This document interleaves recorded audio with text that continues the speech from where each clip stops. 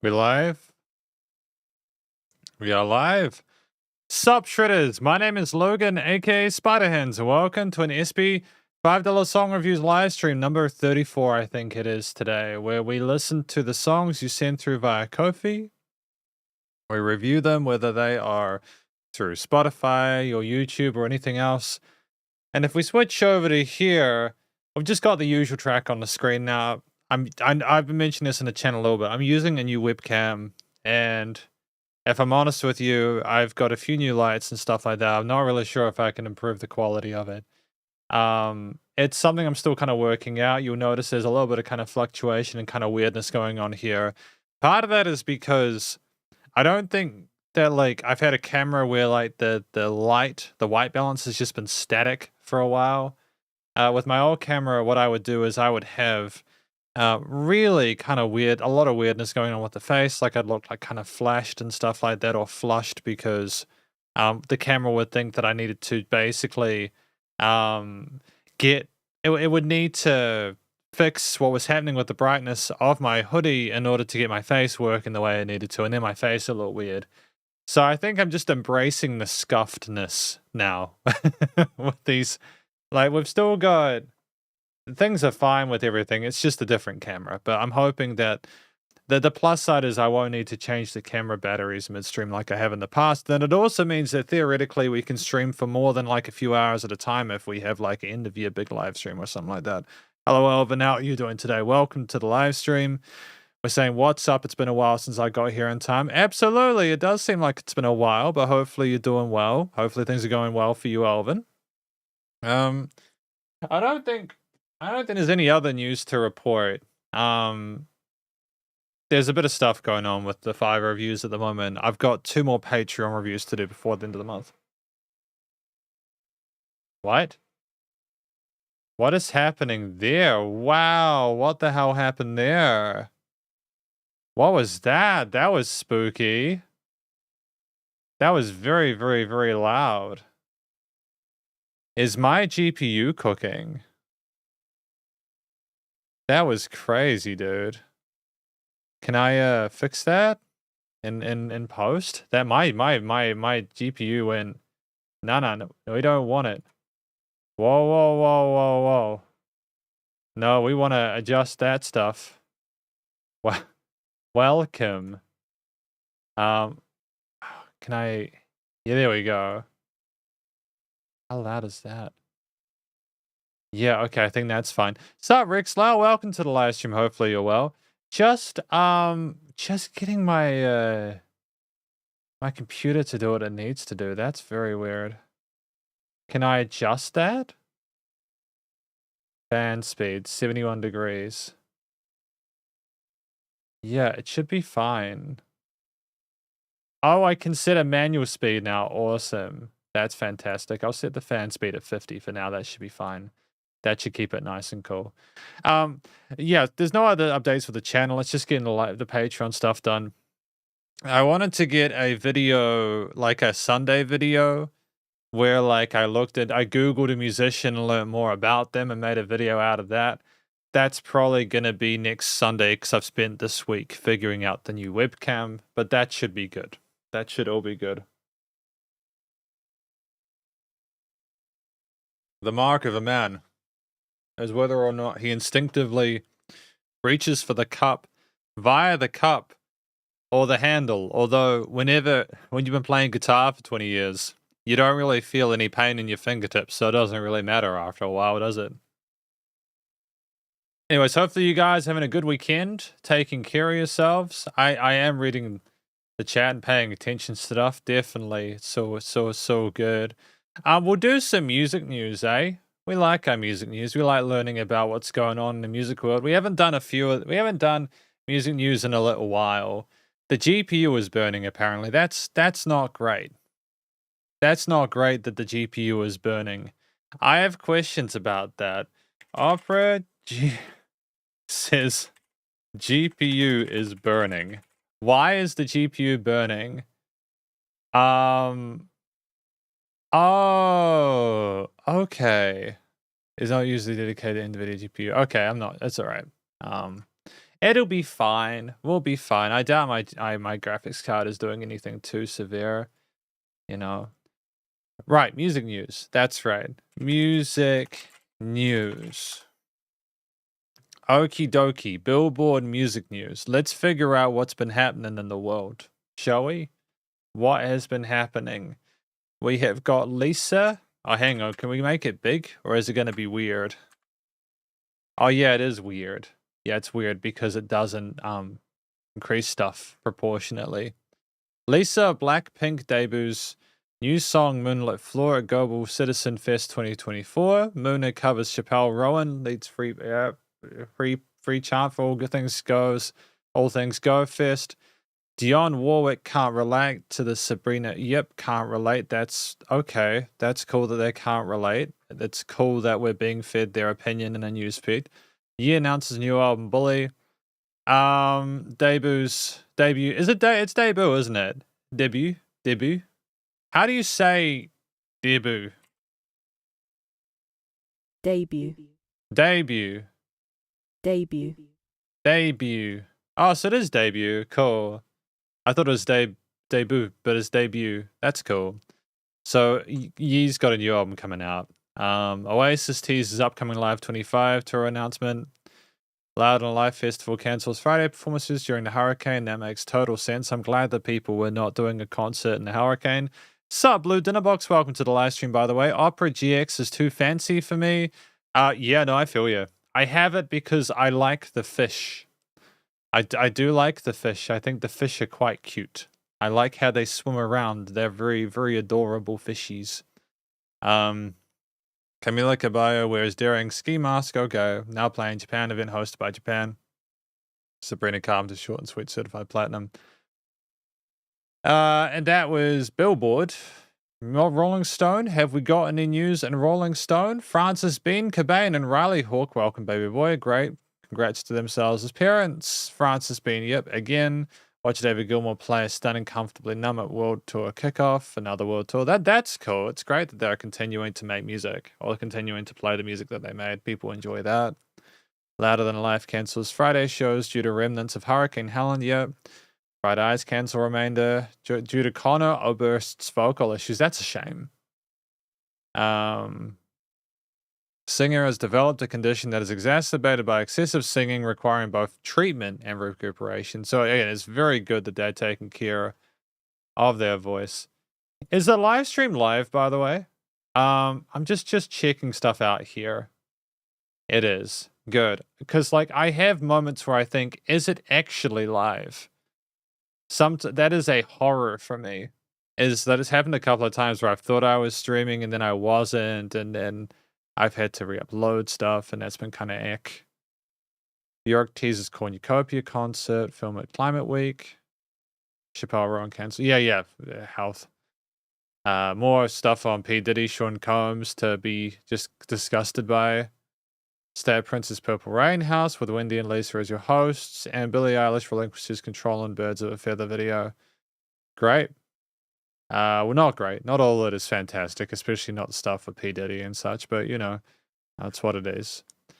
And first for news video, Europe's oldest nightclub in La Paloma in Barcelona reopens. Pearl Jam play Deep Cut, the Whale song for first time ever. Oasis reveals the announcement time of US tour dates, and Azalea Banks compares Birmingham fish stall that made her ill to Wuhan. Yep. Okay. It's great that the Machine Gun Kelly's sober. That's fantastic. And Hosier and Pantera are dominating gardening playlists. It's great. Okay, so that's the news.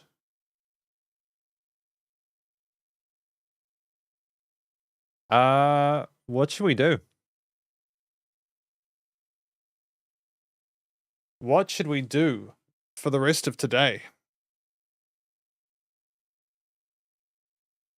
Hmm.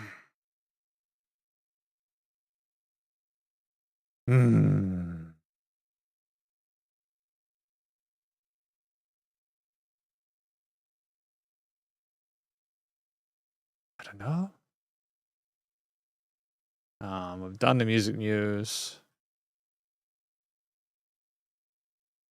Nearly got the album done. So that's good.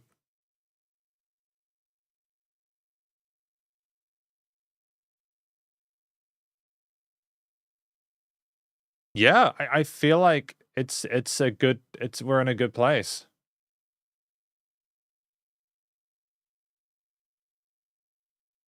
Mm.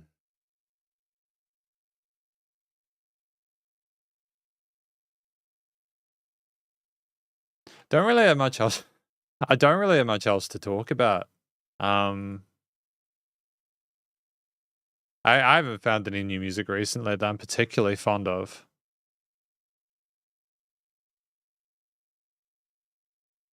Um, got a couple of weeks off work, so might go and check that out. We could brainstorm musicians to check out. That could be good. That could be productive. Um, yeah, fuck it. All right, let's make a list for the Google videos. All right, I'm gonna go here. I mean, like worst case, like people don't come with if people, it's okay if people don't want to request stuff in these live streams. I'm not being passive aggressive, by the way. I mean, Jin, legit. I can just because I've got other stuff I need to do as today as well. We can cut it early. I just figure it'd be good just to get this done, like a list of musicians to actually look into. So, um, I want to go to Google Docs. I'll go over. Oh fudge. Um. Oh bugger. That's not good. I buggered it up. Hang on a minute. Let me think. Let me have a think. What do we do? If we go here and then we go bring this over here again and I go full here. No. But that'll be no. Here. Make it big. Here we go. And then we bring that other tab I had there over to there. Aha. Then we have that the right size. Aha. That's it. Okay, so let's make a list. We're gonna make a list. So this is musicians to check out. All right. So what we're gonna do is we're gonna make a list of musicians to check out. Um, on Sundays, the videos could go out weekly. I'm gonna write some down that I'm personally interested in, and I'm gonna try and type their names correctly. I've already done a lot of Zhang Yuxing. I don't necessarily want to continue to sort of like put that forward because it's just because it's just maybe I'll do Zhang Yuxing a bit later on. So because yeah, Zhang Yuxing. Um, hmm. Who else?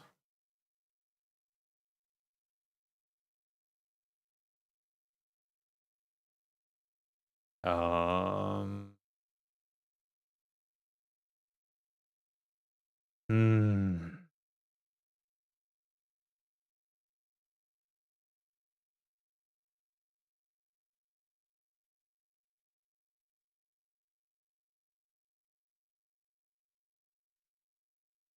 Hmm. Zhang Yuxing. Sheena Ringo.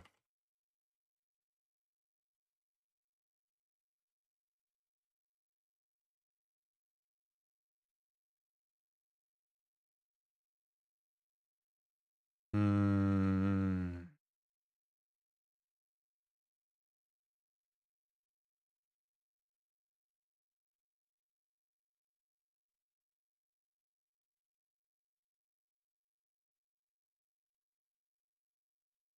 Probably also Bandmade, since people have shown an interest in that. Sup, Andres? Happy Sunday. How's it going? Are you having a good weekend so far?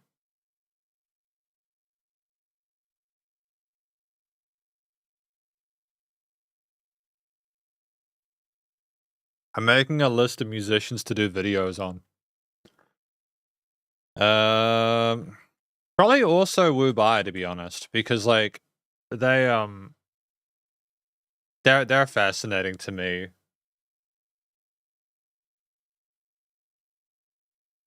Probably Omnipotent Youth Society as well. We just need 12. Just need 12. So we got 8 so far.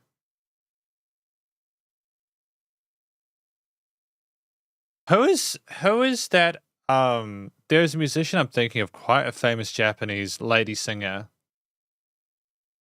She's like, they're massive at the moment. They're like a solo act. I'm not sure what their name is though. It's what is it now? Famous Japanese female musician. Yes, Ado! Yay! I remember when I was in Japan. And like they'd have their video. We were in Shibuya Crossing, and they had the video of one of their songs playing all the time, like every couple of minutes. Their upcoming track. They're that big now, which is just phenomenal, right? So I want to look into them because I'm just curious about it. I think that'd be kind of cool to do. But yeah, we'll go Jay Chou, David Tao, Shina Ringo, Zhang Yuxing, Fujikaze, Bandmade Wubai on the New Society, Ado.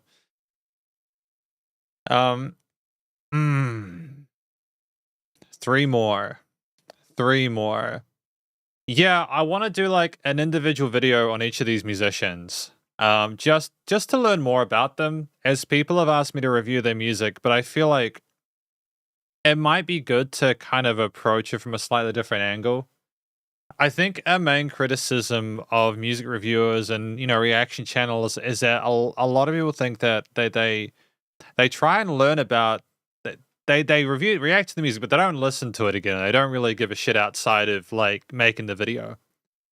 I want to learn more about these specific musicians, and I want to not, how do I say this? I want to demonstrate that I do care about them in a way that's tangible, whilst also satiating my own curiosity about it. Especially as it's been a long time since I've done any sort of like weekly stuff that's not one of these live streams or Patreon or Fiverr stuff. Doing a video like these once a week might be kind of cool because I understand it. Just, you know, it just seems a bit cynical otherwise, right? And it's also mutually beneficial. So I feel like I would gain more about doing videos on these individual musicians. We just need 3 more. And Dinner Hay, I know that Dinner Hay's put a request through. I just want to get this list done so that we can get that done afterwards. I feel like there's a few that I'm missing.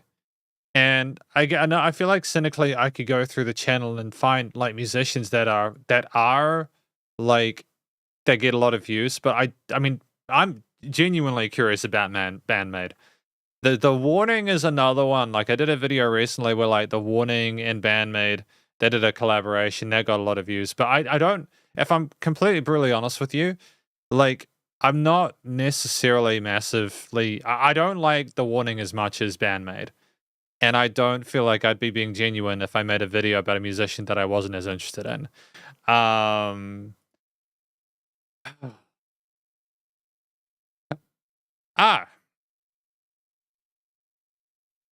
want to check out Amazing Show. That's a musician I want to check out. Blue Dinnerbox says you can check out Jay Chou's latest remix. It was very mediocre. I could potentially feature like a review at the end of the track, maybe like their latest song or something like that.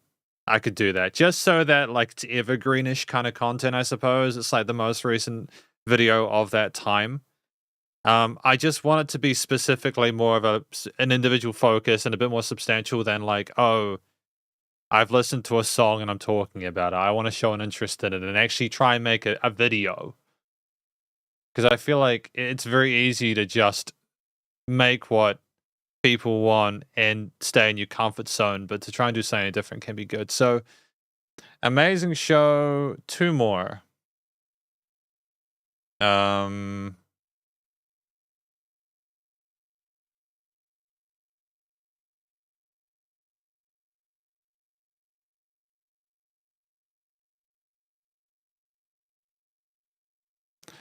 That's fair.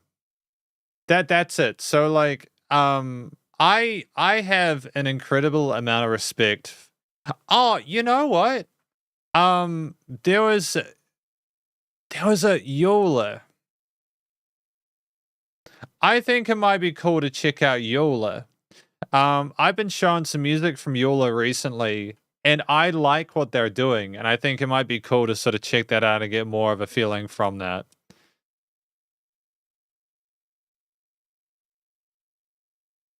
Wang Li Hom. Do you know what? Do you know what? Yeah.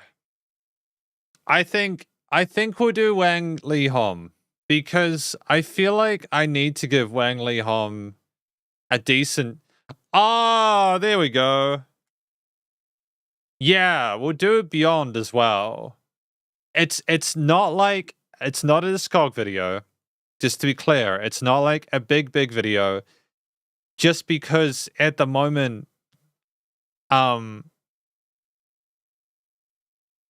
I just want to do like little small videos on a weekly basis just to get into the habit of making them. And especially because I've said this before, when I started doing these videos, I had no idea who these people are. And I figure if I can condense the information I can find in a single Google search into a video, editing all the kind of extra stuff out and trying to sort of like get the fundamentals sort of sorted and then showing where you can check out their music, I figure that could be helpful to people like me or even to other reaction channels. You know, other people who do review or reaction videos so that they can check out the video and be like, oh, hey, this is the information about them because I've learned from personal experience, it can be really helpful to know about who you're, you know, again, to show a genuine interest in it. I was gonna do like a Stephanie Sun Discog, I think, a while back. And I got to the first live stream and I started listening to early material and I just couldn't get into it. And I realized that going through that big journey, it needed to be a band that I was really, really, really into at the discography videos. And with Zhang Yuxing and Omnipotent Youth Society, I genuinely enjoyed those journeys. Zhang Yuxing was monolithic, but Zhang Yuxing was worth it because to me, there was just so much really incredible content. And also with Zhang Yuxing, sadly, of course, there is going to be no more music from Zhang Yuxing because he passed away. Omnipotent Youth Society release albums every 10 years, so it's not like that video that I'm going to do is going to be outdated at that point, and then I can potentially add it to the original video as an amendment. Beyond, I had a look at doing a Discog video for Beyond, but they've got like 30 albums. It would be an incredibly huge, massive video. And like, it'd be 15 hours to do that, to make a video like the Zhang Yuxing one on Beyond. And I think Beyond, out of all the musicians here, aside from Bandmate, I really genuinely fucking adore Bandmate's music. Beyond is like the closest one I consider doing a Discog to, but there's just so much of it. So it's just a tricky situation, but I feel like Wang Liom, I still occasionally have people who have issues with my old live stream I did the very first time where he was going through the accusations of all the kind of legal issues he was having apparently back then. I still get people who occasionally don't feel as if I've given Wang Liom a fair shot. Sup, Paul? How you doing? Welcome to the live stream. But I want to give. I think this is enough videos for now. It's not super labor intensive for me personally. I think this is a good start.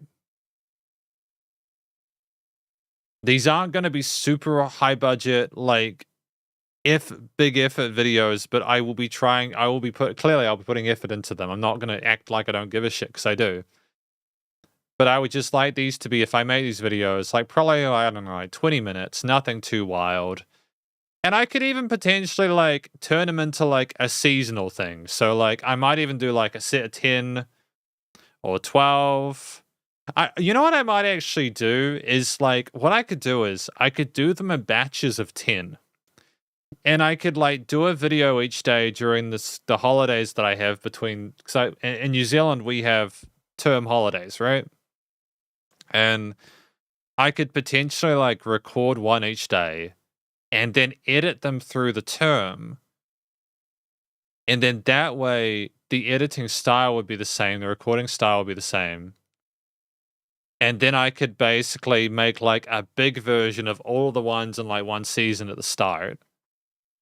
So like if you wanted like short form, you could go through the playlist individually, but then you could also just check through the first season if you wanted, like, because a big thing on the moment on YouTube is this, as dystopian as it is like sleep content.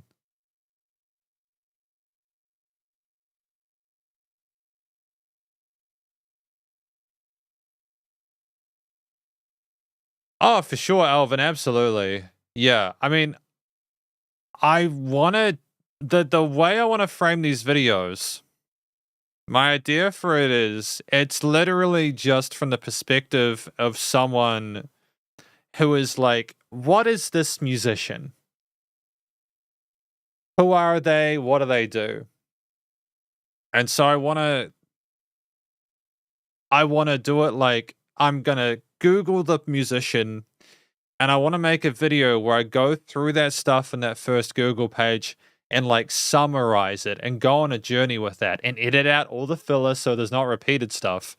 But it's more of a, this is who at the very least they're represented as. It's not going to be like a focus on the music. It's like the information about them. It's a different kind of video because I want to try different things. You know, that's what I would like to try and do. I feel like I could do these review and reaction videos, even though I think they're reviews. I understand people see them as reactions, and it's totally fine. I'm not going to make a big deal out of it for obvious reasons, but I want to also try and add a different. I just want to sort of learn more. I want to learn more about these musicians, and I want to demonstrate that I want to learn more about these musicians. So even though it's totally like it's a dope idea, it's a really genuinely good idea to go through the highlights from the albums and give thoughts on what you liked and thoughts on the progression of the artist's music. I agree with that. I just want to start with just the Googles, because it's also like going to determine to me whether I actually genuinely would want to hear more of their music. I'm the kind of person who struggles to separate the musician from the music from the person. If I learnt about any of these musicians and I found out some really unsavory stuff about them, I would not want to review more of their music in my own time. I would review the requests that people put through, but I would not want to like review more of their music personally, because I struggle to separate the person from the music. So, especially because I knew a little bit about Omnipotent Youth Society and when Zhang Yuxing before I got into those Discogs, I felt more comfortable putting the time into those because I thought the people were pretty chill, and I also thought the music was. But yeah, this is the start. And also, just a final note before we get into requests, because we do have requests and I need to do those. The webcam ain't perfect, but it's doing okay. Before we get into it, it's just I want this channel to be more than just like a reaction channel. I want it to just be. I want it to really seem like I care about the musicians outside of the review of videos, because I do. And I think the way to show people that I care is to make different kinds of videos because I want to make them. So, again, I wouldn't mind listening to their latest track at the end. It's just to sort of help tie the stuff together. It's just keeping it simple and just, again, helping people if they are not familiar to learn more about it.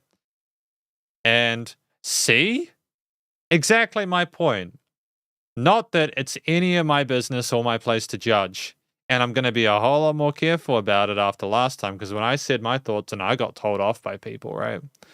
But yeah. Anyways, Rex Lau, this is my selection. I am interested in checking out all of these musicians. I'll make it big for you guys. There you go. So you guys can see the list now.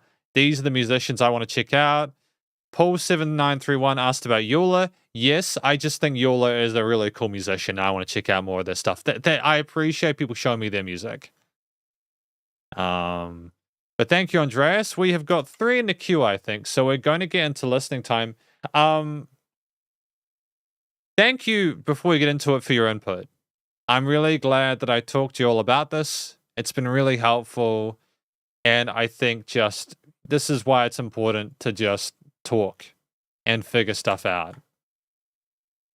I also trust that you would tell me if it was a shit idea. Because I need to be told if it is an objectively shit idea. Granted, being told why it's a shit idea is helpful. But I figure that at least if I know getting into it, why it could be shit, it's helpful. So anyways, we've got 3 tracks to review. The first of these is from Dinnerhay. And thanks for your request. Thank you, Dinnerhay, for this. So the first one is from Dinnerhay. We have this one here. It is Labyrinth featuring Hikari Mitsushima. It's titled Mondo Grosso. Mondo Grosso. And we're back. You'll be pleased to know that I still have ads off, so that's cool. The team is looking down the barrel of a 450.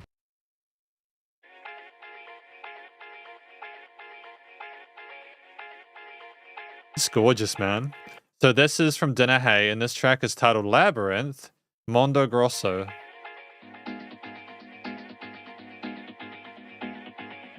All right, hang on. Thank you.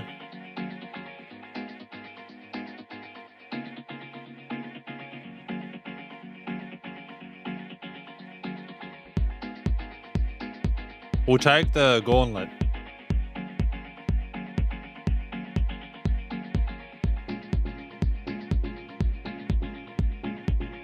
If it gets like blocked, like in the stream, like if the stream gets interrupted, I will upload this to Patreon as well. So as a public upload.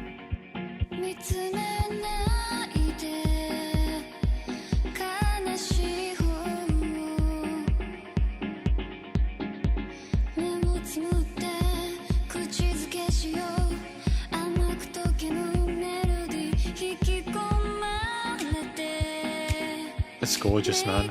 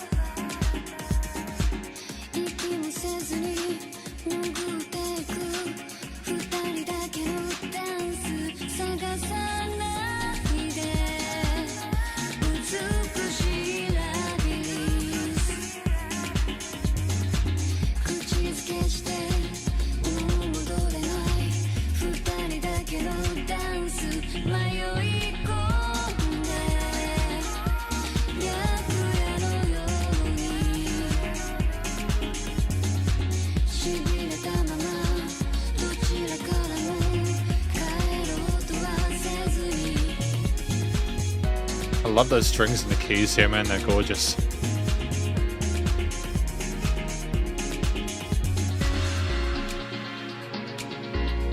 And the dancing as well.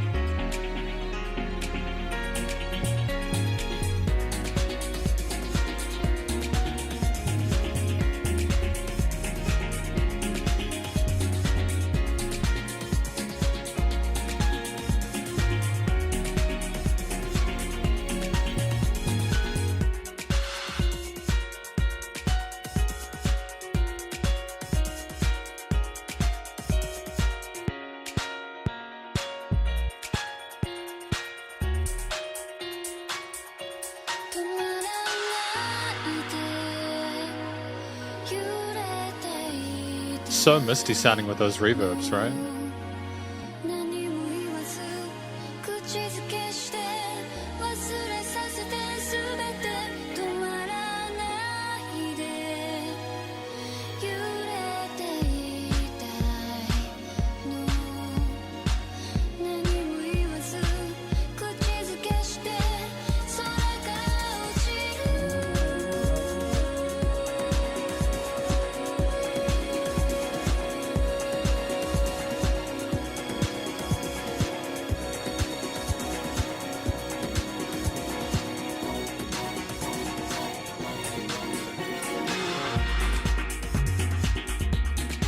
It's just fantastic how stuff is panned as well in the stereo field. The stereo width is really impressive.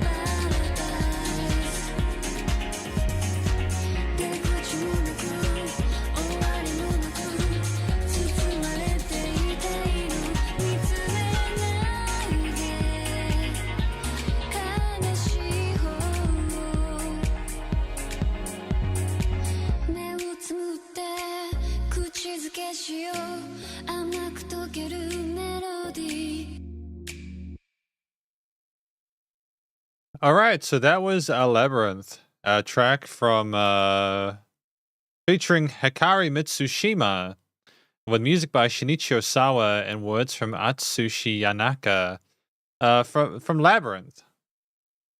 Oh, the track is Labyrinth from Mondo Grosso. It's an interesting song. I think that it's a really beautiful story. The romanticism of the audiovisual experience with a really moody lighting throughout the whole thing in the nightlife. The woman dancing around, singing about, like not wanting the moment to end. Don't look at them sadly. Wanting to kiss, and that kind of connection, and that sort of like the wistfulness of it, the beauty of sort of being in the present of that moment. It's a really wonderful thing. I enjoy it a lot. Hikari Mitsushima is my favorite Japanese actress, according to Paul7931. That's cool. Apparently, according to Blue Dinner Box, Hikari Mitsushima is a very famous actress in Japan. Apparently, Alvin K likes the choice, and Rex Lau says it is their home, Hong Kong. That's awesome. I think it's a beautiful place. I would like to visit it at some point. At some point in the future. I think that'd be good. I've just started doing a bit more traveling recently, trying to see the world.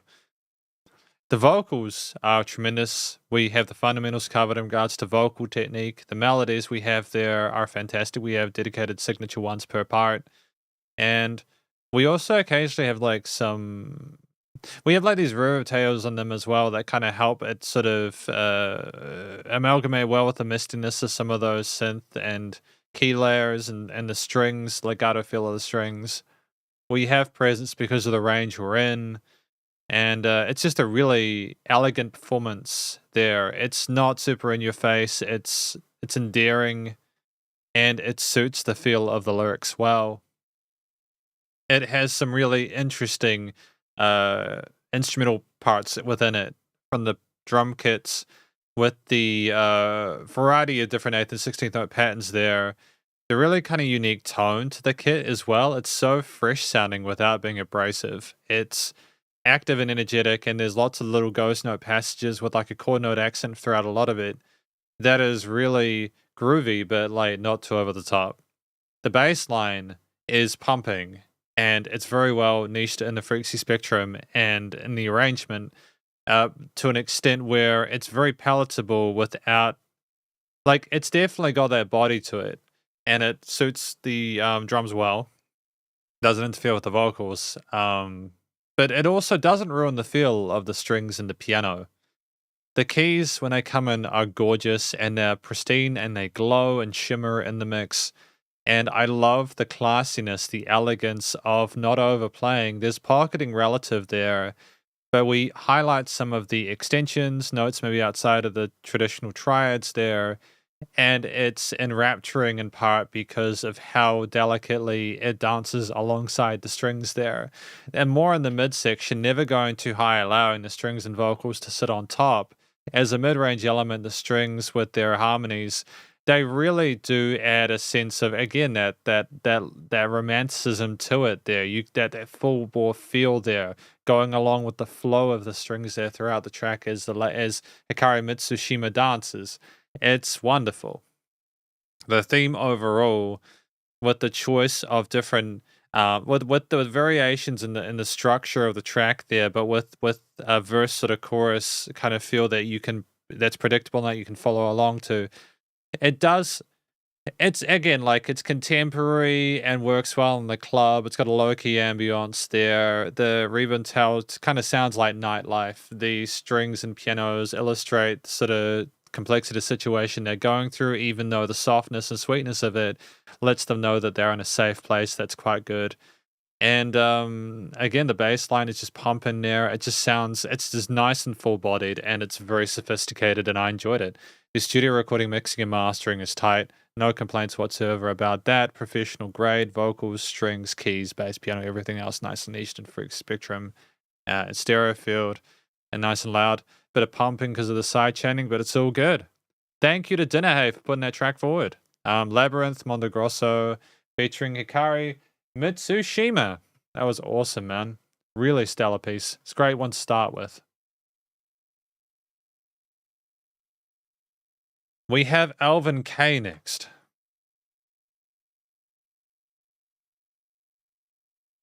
Feel a bit out of practice. Haven't done one of these in a few days.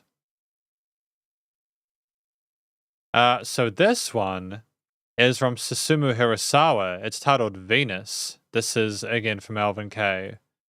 Thank you, Alvin K, for your request. And we'll go here. Awesome. And we'll go to the page, actually. There we go. Susumu Hirasawa, Venus. It's good to get a request in for this. It's been a while since I think we've listened to Susumu Hirasawa, but I'm glad that we are. Let's get into this one, shall we?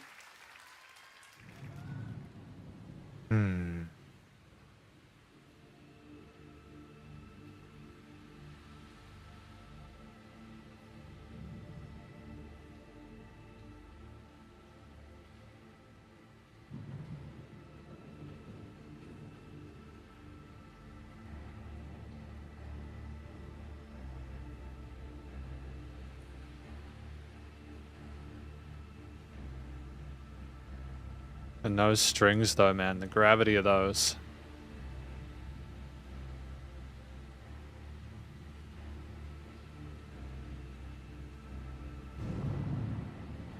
And the sound of the storm as a foley as well is just awesome, man.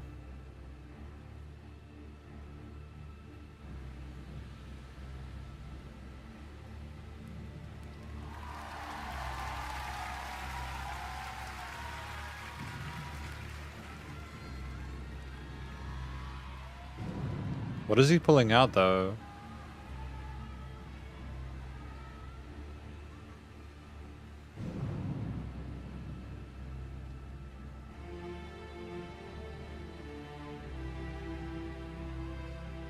Nice development there of the strings.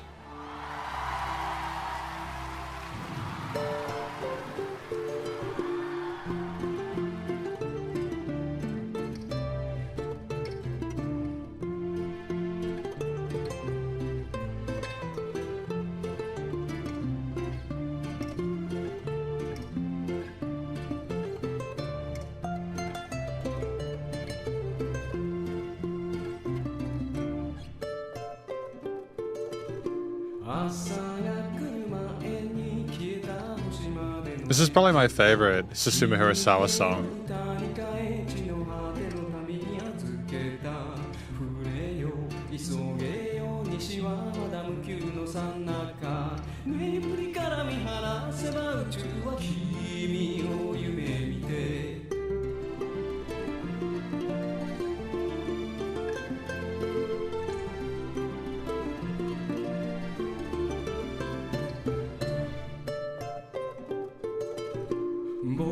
I love those classical nylon harmonies there, they're gorgeous, dude.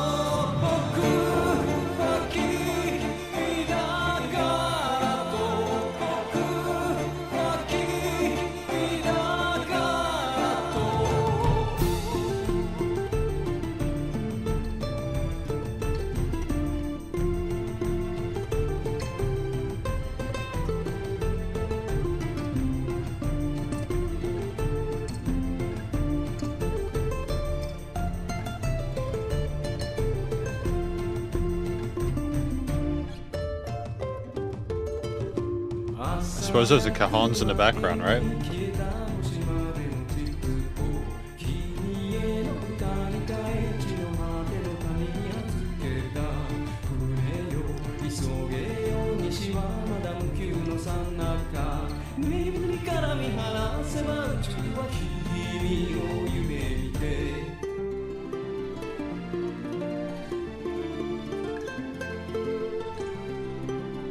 What is this track about, Alvin?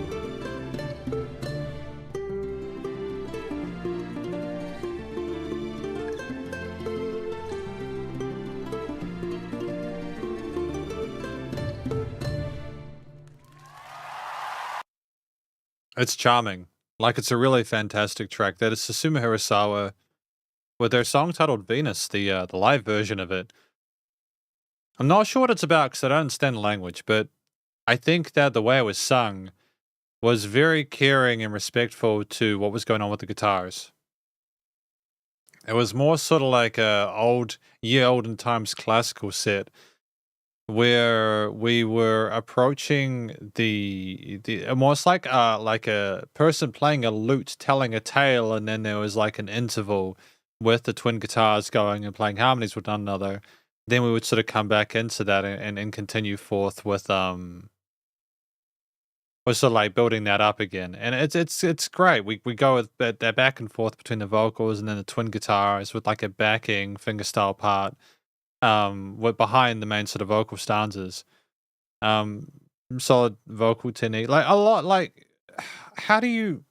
It's been a long time since I've heard someone genuinely screw up their vocals in a track. It's very difficult to have a terrible vocal performance when you're at a professional level. I feel like that's part and parcel with it, but I think we sang the way that again was appropriate for the feel of the track, and we harmonized neatly with the way the strings and guitar is resolved at the end of each part. We allowed enough space for the backing of components within the arrangement, which were typically strings. There were some hand percussions. Sup, Judith? Welcome to the live stream. How you doing? Yeah, we had some sort of like hand drums or sort of more sort of traditional percussion there behind the string textures at the start of the piece there, which were more low key and build up as we were going on. And it was nice because we started low and then we had like the sound of thunder or some foley at the start, which was kind of dope there. It was sort of like very sort of, it was almost a bit of trepidation, a bit of danger there, right? Almost like we were coming out of a storm. But when we came out and we went on to set, it was almost like the storm went away and we were able to sort of appreciate just the music as opposed to everything else. And I liked the complexity of the way the guitars were played there. I feel like we handled both the bass notes, the roots of those chords really neatly, as well as the main sort of like mid and high range harmonies and melodies, which is cool. No complaints about that at all. And you know, like even though we had a lot going on, there was a 16th note groove to it where it was busy, but nothing was too sort of in your face, and so it was palatable despite that. Like it wasn't overwhelming. I think when you've got some instruments doing da da da da da da da da da da da and then pop pop pop on the other layer, they niche with each other in a way it's very quite audibly satisfying. And we had that situation here with each guitar playing different parts. They weren't trying to sort of do the same thing to sort of reinforce it. There was some counterpoint going on, but either way, it was colorful. The guitar parts were quite technical, but they were played really well. The strings at the start and then as they built up over the piece never went too far away from being a sort of like a pad-like atmosphere, a sort of sense of harmony within the piece amongst the broken chord and arpeggiated fingerstyle bits and the occasional percussive elements that we had throughout the song as we continued were sort of just to establish a sense of groove that was already there from the bass notes of the guitar parts, but just sort of further cemented those. And ultimately, just really satisfying piece of music to listen to. Really well natured. The theme was, it was like there was narration going on, and it was there was a bit of mystery behind it, not least because I didn't understand the story or what was being told there. But either way, still, relatively upbeat, but also kind of chill, not melancholy, but it almost sounded bittersweet because of the way it finished. Dum bum bum bum bum. There, like it didn't finish on a nice resolution. It was sort of like a minorish one, almost like it's a tale that was going to repeat itself in loop. But yeah, the studio recording, mixing, and mastering was great for a live performance. Professional grade vocals, guitar, strings, and everything were nice and niched in the center. And I like the fact that when the guitars came in, they had a little bit of oomph to them. They were a little bit louder than what I was expecting the guitars to be in the mix when they first came. But things became balanced over time and they niched and made sense. So thank you to Alvin K for putting this track forward of Susumu Hirasawa with the song Venus. Really, I genuinely enjoyed that. It was good times. Apparently, according to Alvin K, it's supposedly a folk love song inspired by Hirasawa hearing the descendants of the Inca singing the planet Venus in the night sky, even and daylight. I think that's beautiful. I genuinely do. I really enjoyed that. I feel like that's just a really fun, unique thing to talk about.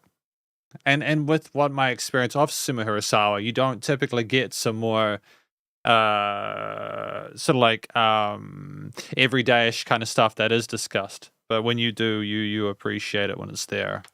Just realize that this is here. There we go. Cool.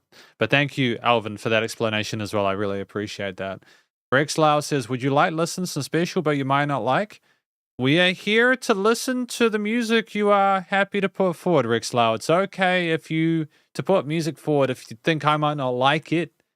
I mean, like, as long as it's not, how do I describe it? There is music that if you were to share it, it's pretty clear that it would be a bad time listening to it. Like, objectively clear. I don't want to give an example in case someone watches this and they're like, I shall show that song. But whatever you put through, I'm going to give it an honest go, and I'm here to review it anyways. You know, a part of this is my personal opinion, but most of it is simply giving you all a chance to put some tracks forward, to hear and to share, and that's what we're here for. So that's all good. Thank you, Alvin. What do we have next? We have a track from, I think it is Andreas. Yeah, so Andreas' song here. Thanks for your request, Andreas. Thanks for your patience. I know we had a bit of a talky time there whilst we were discussing the musicians to talk about, but we're here now. We're getting the track sorted and we're making good time, I think. So this is Mono Riptide. And thank you, Andreas, for that. I'm glad we got more Mono coming through. I do like Mono. I think Mono are a great band, but I will try not to let this color my opinion of it.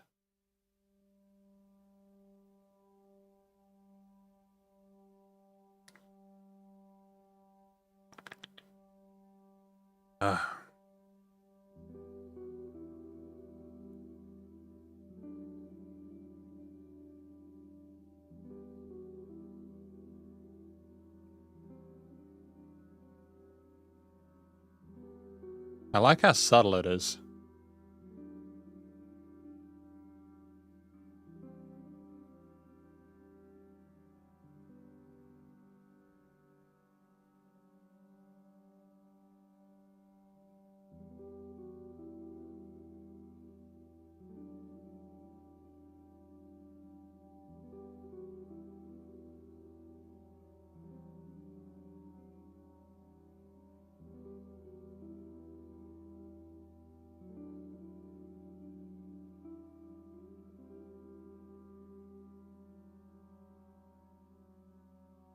And it's just phenomenal use of dynamic range.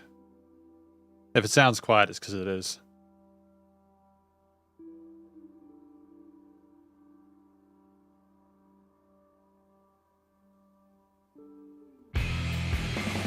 Oh, that gave me a fright.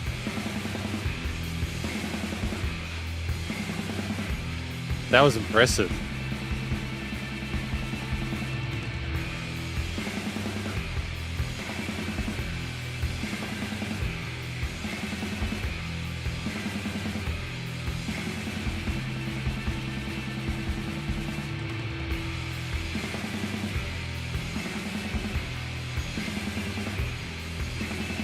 Really interesting drum tone there.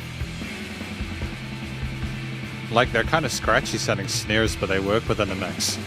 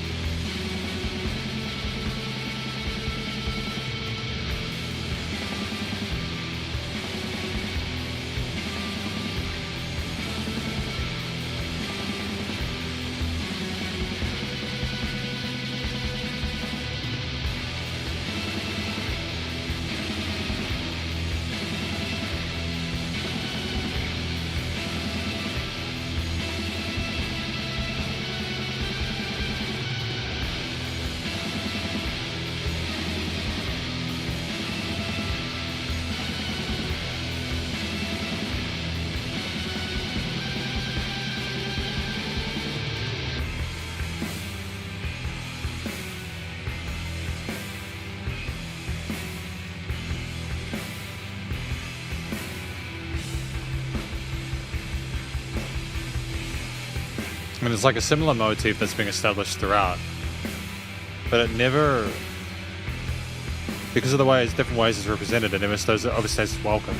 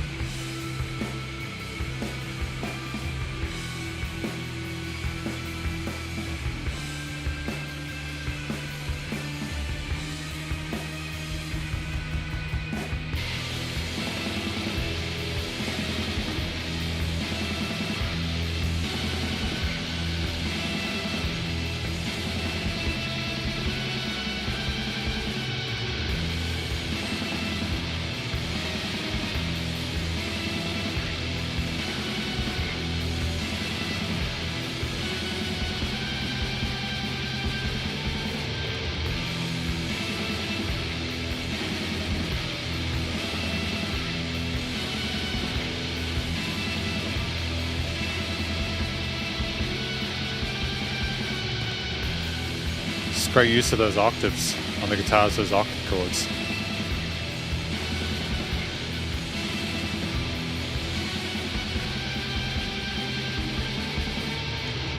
I mean, like, this is just a phenomenal example of how to develop an instrumental, because this is mono with the track Riptide. And by the way, before I continue, Rex, if you want to go through,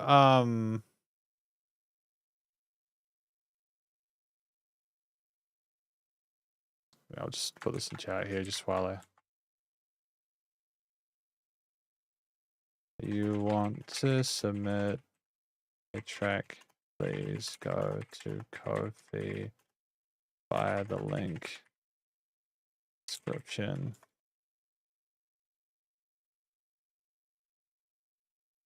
Yeah. Yeah, just I'm just putting that there just because I don't know if Rex has put a track through before, but just in case they wanted to do that in there, but they're wondering if I put it through here or on Ko-fi. So this track, it doesn't have lyrics. Riptide is an example of mono and their ability to build a track from nothing, just with those sort of paddish elements there, the guitars that are very quiet at the start there for the first minute. The start of the album, Pilgrimage of the Soul, I'll put the album art up so that it's huge. It's a beautiful album. Almost like the Riptide is like something coming, like what is a Riptide?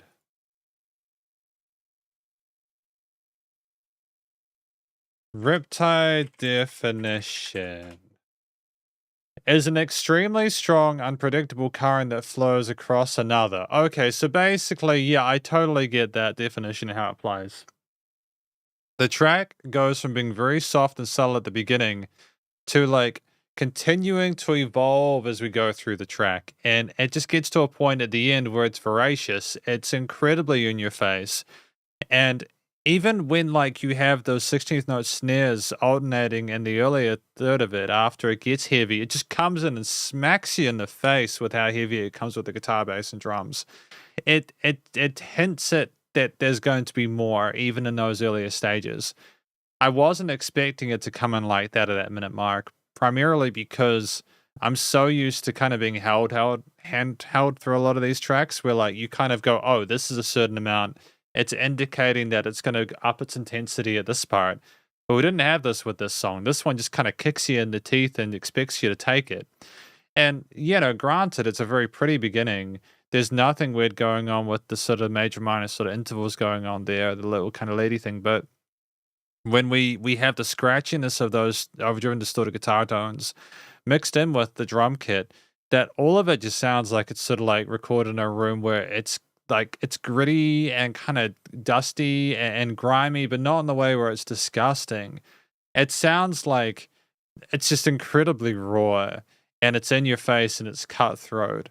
And you've just got this minorish sort of tone to it throughout the whole entire thing, a minorish key signature, a riff or an idea that's repeated, but implemented and sort of introduced and reintroduced in various different ways. It never stops finding new ways to grow. It does stay with its concepts for a bit, but there is no filler.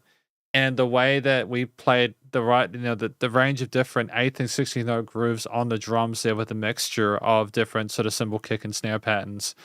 The way that the bass just kind of rounds out that low in a way where it almost seems like it's smothering you a little bit when it comes in.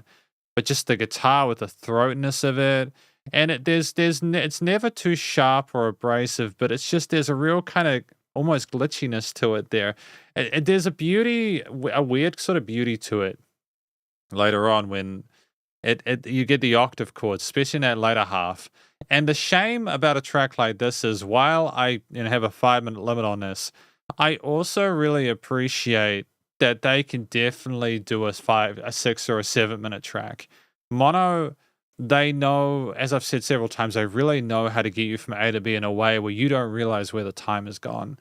And it's by a fundamental understanding of music theory, like again, the use of minor and pentatonic and bluesy patterns there, but occasional chromatic there, whilst also resonating with really interestingly panned guitar parts there going between lows and highs there, with that, again, the viciousness of it. it really represents the concept of Riptide really well, and it seems like you're being sucked into the album. The theme overall is kind of warming you into it, but in a way which is pretty rough and kind of rambunctious, and I adore that. I think if you're going to get someone, you kind of need it these days, especially with people's attention spans. You really need to kind of trick him a little bit, in a way that's not mean spirited, but. Here, the studio recording, mixing, and mastering isn't like super clean, but it's not supposed to be. It's well mixed and well leveled. Music surrounds you in the headphones. There's a phenomenal amount of dynamic range.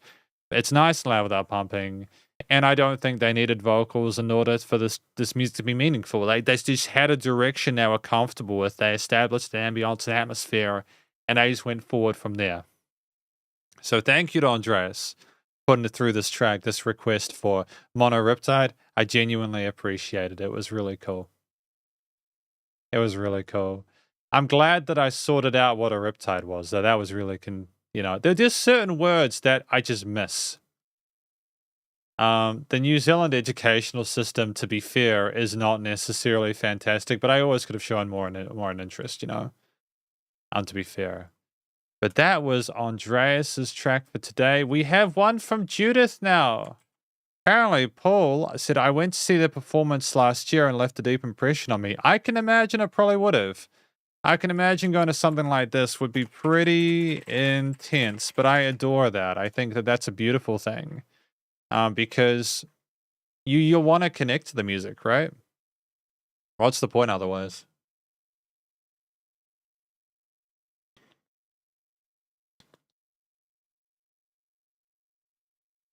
I think ironically, the access to so much art nowadays kind of nulls the kind of weight of it, how it hits you.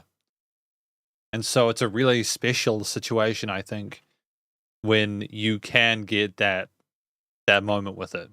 I think I don't know about you guys, but I'm sort of taking some time off my cell phone at the moment. I've been trying to do it for a long time, and now I've got 2 weeks where I've got less work to do. So like I'm going to be focusing on that for a bit, eh? But it's good. So Judith, we've got a track from you put forward now. This is titled Sup Jacob? How you doing? Welcome to the live stream. This is titled Delusional Sentimental Computational Federation by Deco27 featuring Hatsune Miku. I know Deco27. I know Deco27. I have listened to some of their music recently, Judith. Thank you as well for the lyric translation. I'll have a quick look through that in a moment. When we've listened through the track. But just letting you know, I'm not unfamiliar, but still I don't know the whole discography by any means. So let's go. Bluebird Squid Game flavors. Oh yeah, no, I've listened to their more recent one. Like I think recently, like they did Hatsune Miku. And Deco27 did a Let track. the tasting begin. Dynamic Security Code, a new layer of fraud protection from ANZ.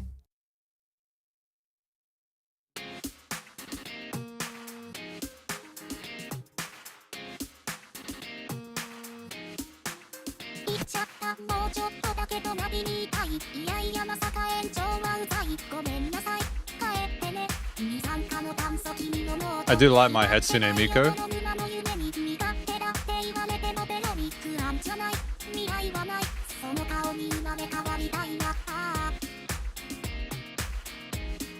Really interesting panning of those guitar parts. I like that stuff.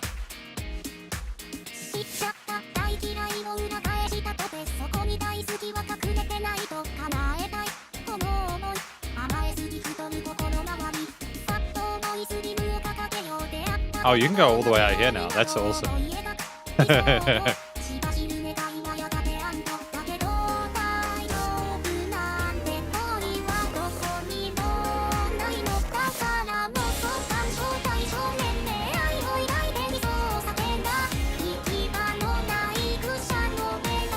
Oh, relative major, parallel major.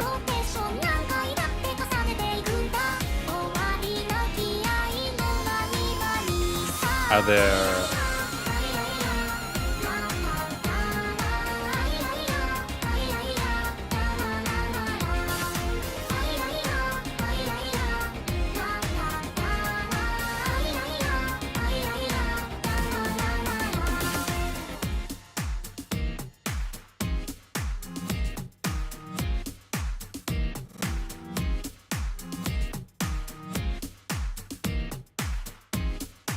Ah, cool. We're really sticking on that motif.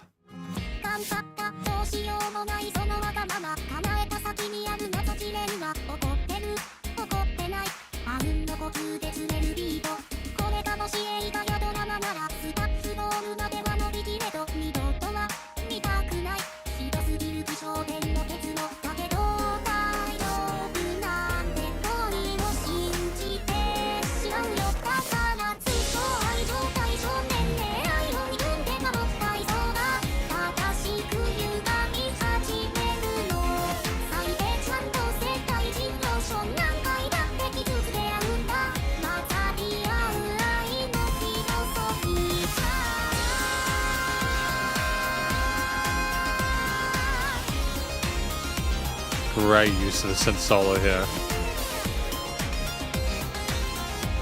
Yeah, that's wonderful, man.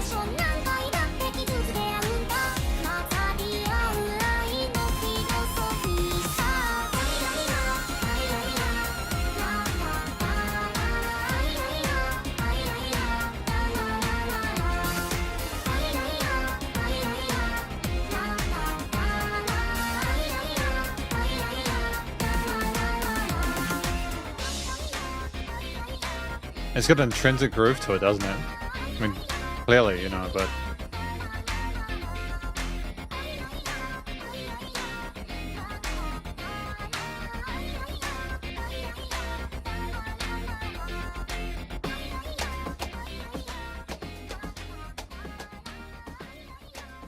Interesting alternative percussion at the end there with the fade out.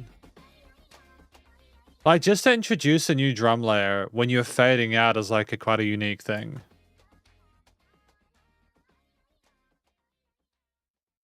Who is responsible for Hatsune Miku? Like, it's a genuine, like, who made You know what?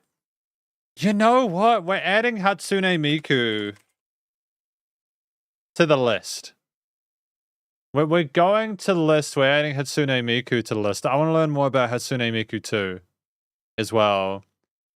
Okay, so we're just gonna have a quick. I've been sent through a copy of the translating the lyrics. I'm gonna look through real quick.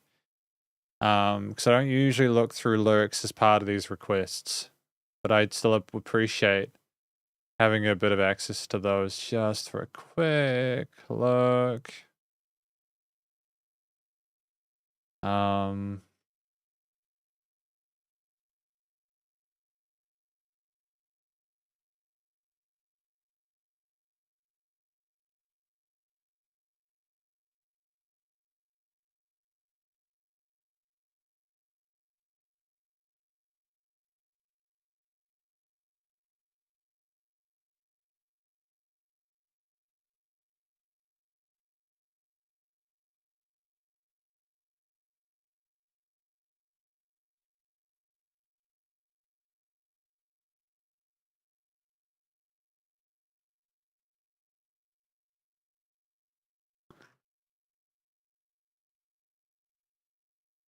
So I think that basically, after having a quick look through that, this track is basically. Thank you to Judith, by the way, for sending through a copy of the lyrics.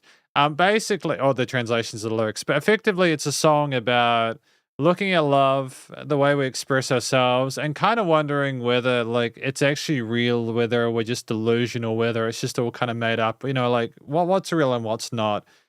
And it's just we're all kind of like almost, I suppose, kind of parodying. In a sense, parodying the concept of being in love and the ideals that we espouse when we're inevitably just going to end up hurting each other. That's basically my understanding of the lyrics.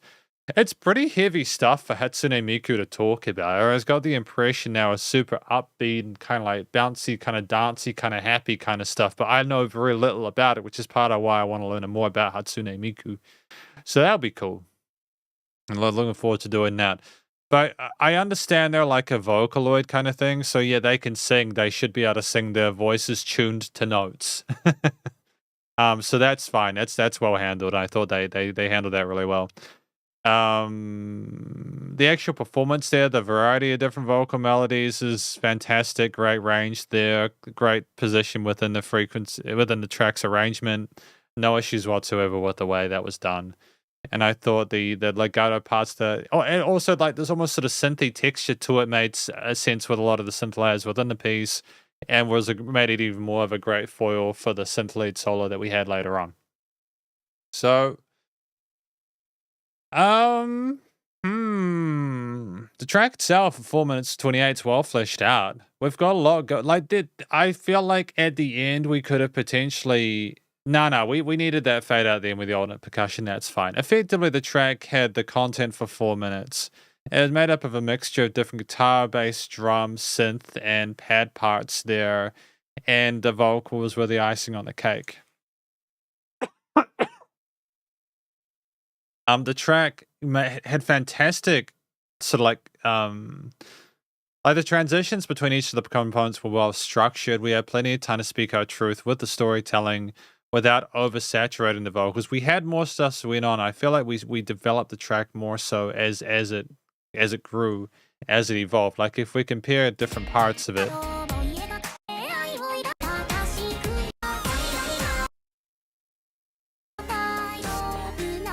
And like there's just difference. I suppose it's not necessarily that we added more. There were just different sections, like with that having a halftime drum beat, for example, more of an interlude bit there, more of a sort of like a consideration thing, as opposed to like the sort of coordinate groove of the bass pushing us forward on the verse and chorus parts being a bit more sort of smooth and easy to dance to. The drum kits with the various builds and stuff, there was range with the fills and the way we sort of rose and fall with that. And we definitely noticed it when there was less of it, but it was pocketing for the most part, which makes sense for a track like this. It wasn't too intense or in your face, which made it a bit less sort of like a little bit more sort of gentle, I suppose. There, it allowed for the extensions of the guitars on left and right side of the field to come through a bit more neatly, though they are equally as percussive, I suppose. There with the shortness, staccato-ish of the strums, the bass lines reinforce the root notes of the guitar harmony as well. And it left a lot of space for the synth pads and the sort of more gentler pseudo leads there within the synth section to color the triads of the harmonies, position in different parts of the frequency spectrum, have a little bit of oscillation, have a bit of fun and quirkiness with it. There was nothing super spicy, I suppose, until that synth solo where it had a bit of kind of sizzle to it and there was a bit of speed to it. And it was really elegant and the way it flowed and took over in the mix. I thought it was a great trade off into that synth solo at the end, which explored the minor scales really well. I think we also had parallel majors, if I'm not mistaken, in some of those chorus sections, which almost sort of made it even more anthemic and fun because of that. It can be really cool to switch what's expected to be a minor to a major. It makes it seem a bit kind of happy with like more. It makes it seem awesome, which is kind of. Or at least more intriguing, which is an interesting movement considering that we're almost celebrating how much we're sick of the kind of charade, if that makes sense, what we're talking about in the lyrics. But yeah, we handled things well with the actual performance instrumentally. Each of the main components did their jobs and niched well together. The piece itself is bright and it sparkles in the chorus sections, almost like we aren't trying to be too sort of down in the dumps about stuff that we're talking about.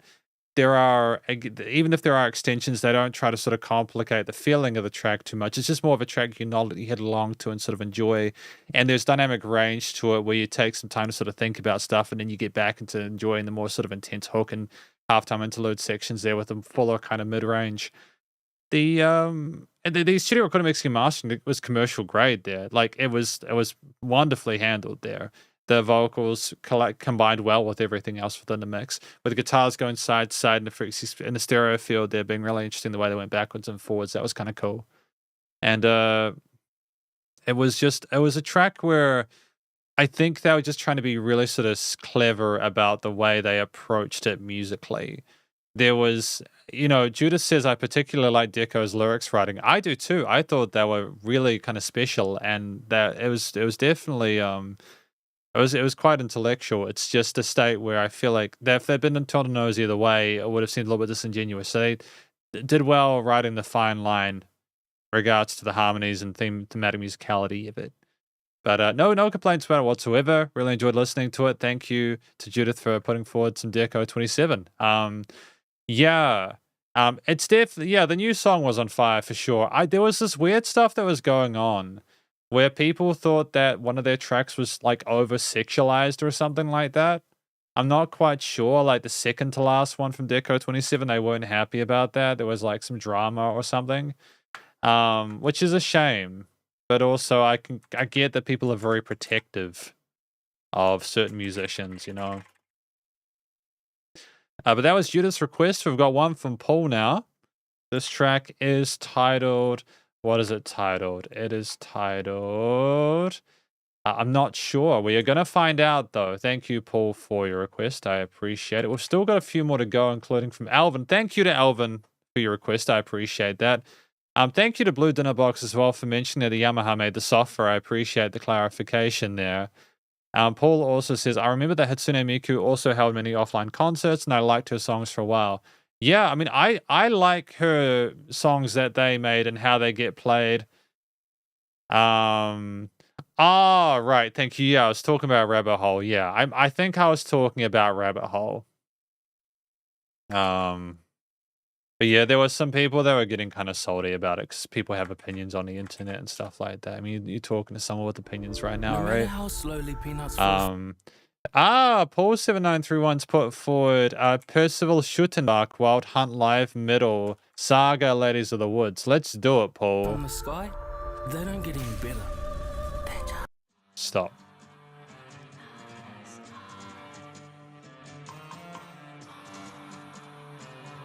Six, 8 timing. 1 and through and 3 and 1 and 3. Yeah, it's 6/8, isn't it?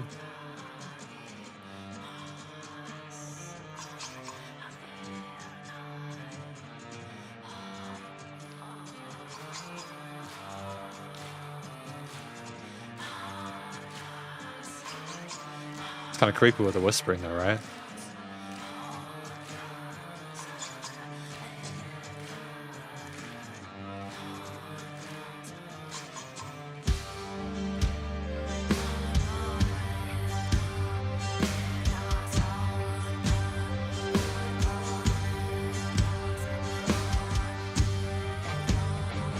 Is that an electric cello?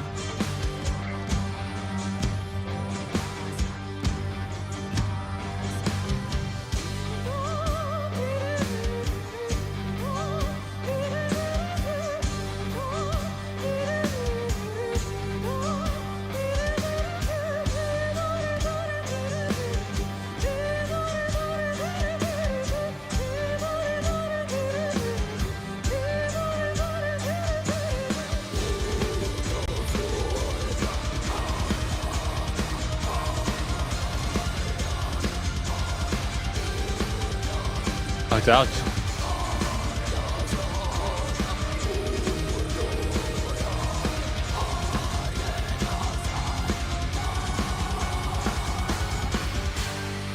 Oh.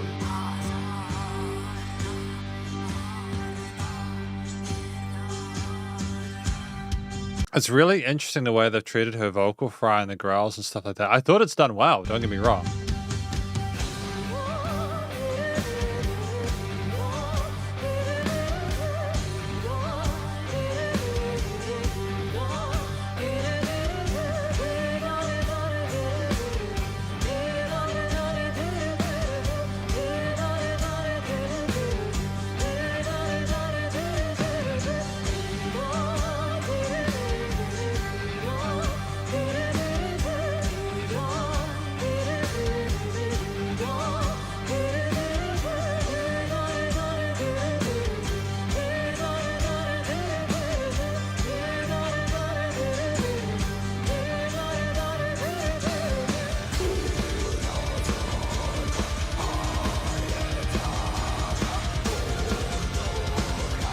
And that AB side's great with the heaviness and double picks and such.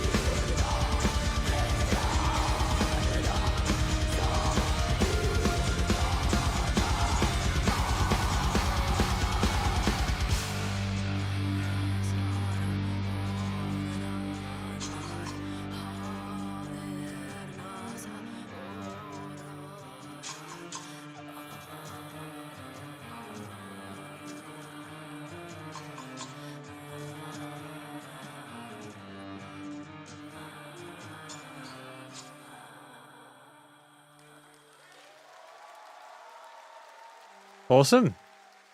No, that was fantastic. Thank you to Paul7931 for this request of Percival Shootenbach Wild Hunt Live Metal Saga Ladies of the Woods The Witcher 3 song.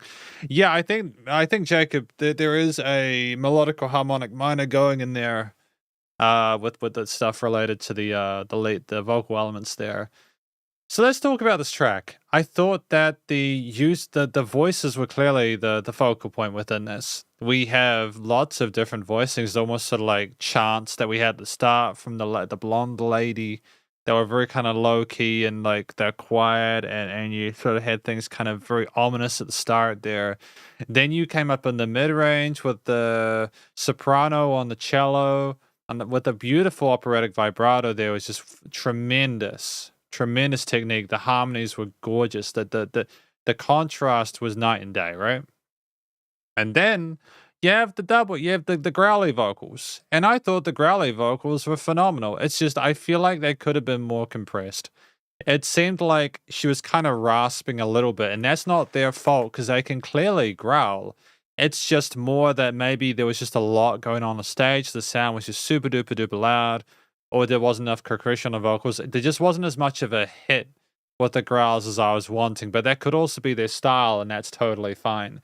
This is not me saying they did badly with the growls at all. It's just, I think it's more of a mixing and mastering thing where you really have to kind of box the growlies in order to get them to kind of hit.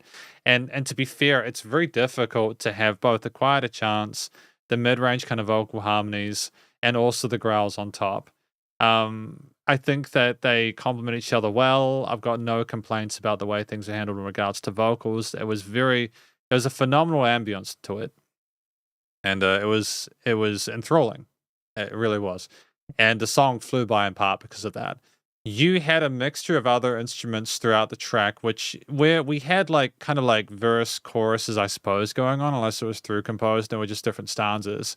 Either way, the main components again were the string section there, the guitars, bass, and drums, with the different percussive setups there. We had a full drum kit, for example, where we had things relatively subtle in the mid-range operatic sections there, and went full bore when we came to the growls there with the double kick, the cymbals, the hi-hats, the crashes, the tom exploration. Well, not necessarily tom exploration, but definitely the groove with the double kick playing was so tight, and we had a great push forward with the other percussionists sort of handling more sort of like hand drums or occasional sort of more traditional layers there, almost more sort of onomatopoeic or kind of like not necessarily groove inducing, but just more to sort of, I suppose, complement the kind of how kind of mysterious it was. It made it go from like a specific, this is a central sort of push or groove to it, to, oh, I've come down again. We've got the string playing melodies here, the cello in the low end there forming a bass line, but it's more of an individual melody that niches underneath everything else that stands out. With the bass line being reinforced, of course, in the heavier section. The guitar as well with the power chordal part. I don't think a shred solo would have suited a track like this. And the strings going full bore in that heavier section, filling out the mid-range incredibly well. And it was just a really lovingly crafted tune there that had some parts that did more, some parts that did less, but you never felt like it was overwhelming. There was a clear direction and movement forward, and it ultimately did kind of sound, it all musically made sense and did sort of suit what the aesthetic of like the kind of tribal, almost Norwegian, not like Northern Europe sort of aesthetic of the Witcher 3. It does, the Ladies of the Woods, you imagine, I haven't played the game, but you could imagine it's like women, like maybe like a tribe that's related to that. The music makes you think, and I appreciate it. And I thought it was really well written. There was great dynamic range to it. The studio recording, mixing, mastering, for the most part, aside from like wanting the vocals to be a little more compressed, were very, very, very good. And things surrounded you in the headphones. Really solid live performance. No issues with the instrumental performances or the vocals themselves. And yeah, it's great that they're playing this live. I think it's important to give people a live experience. You know, being in the game is one thing, but being able to experience the music by itself is another. So thank you to Paul7931 for putting this track forward. I thought that was really cool. It was great to hear. It makes me want to play The Witcher 3, and I've got time to do that now. But I also, it's a lot. You know, it's a lot to commit to. But I have heard that it's absolutely worth it. And yeah, definitely the use of the melodic and harmonic minors within this track made it seem a little more exotic. Just as a finishing note on that, again, from what Jacob said above. And Rex Lau said that they like it, which is awesome. I'm glad that you liked it. So it's Alvin's time. Alvin's time.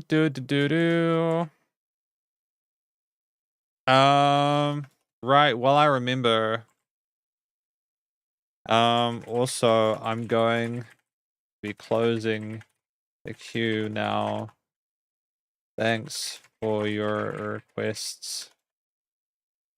So far, I'll do Rex and Jacob's tracks before I finish. Yeah, I'm just going to close the queue now because I want to make sure I want to make sure that I get all the other stuff I have to do done.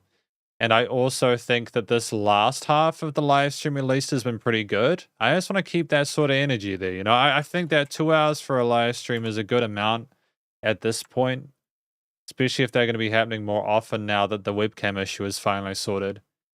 To the extent, I still can't figure out if I look too dark in the screen, but we'll get there. We'll get there. You know, we'll keep things positive. Alvin has got a track from Fei Wong titled Bien Hua. So let's get into that, eh? Let's do it. With the seasons changing, it's a perfect time to get out in the garden and get. That is an example. I don't know if you guys are aware of how absolutely scuffed this is. But this ad is way too loud. You can literally hear the audio distorting in the headphones. It is so unpleasant. They need to sort their shit out. They need to sort their shit out. These New Zealand ads for some of these companies are just way too loud, man. Get your hands dirty. You can plan your favorite things with our lowest prices. Yeah, it's just Wish distorted. You just zoomed out a bit. You don't need to reshoot. You can extend your images on Adobe. They need to just stop. They need to learn how to mix their ads, right? 14 LUFS, baby. Just go 14 LUFS. Photoshop, just open. But anyways, let's go. Thank you, Alvin.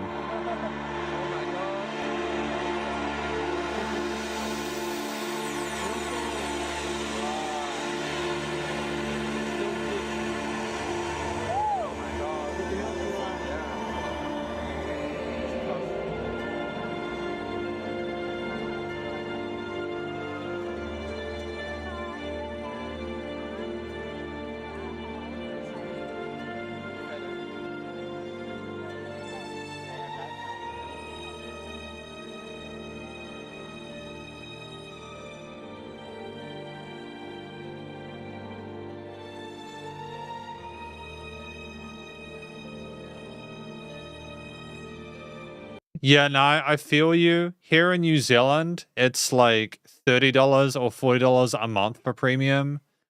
And I could buy it. It's like, do I watch 40 minutes of ads a month? Because if I watch 40 minutes of ads a month, it's probably cheaper for me to buy premium.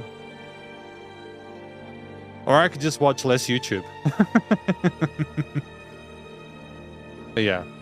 I would rather watch that than a Botox ad or a campaign ad, to be fair. So thank you, Blue Dinner Box, for reminding me of how blessed I am.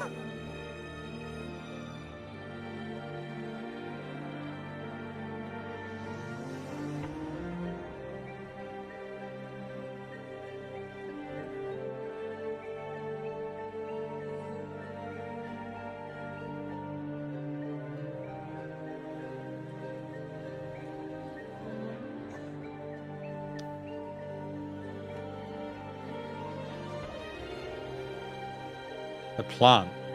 Like, I know it's a plant, but what is it going to do?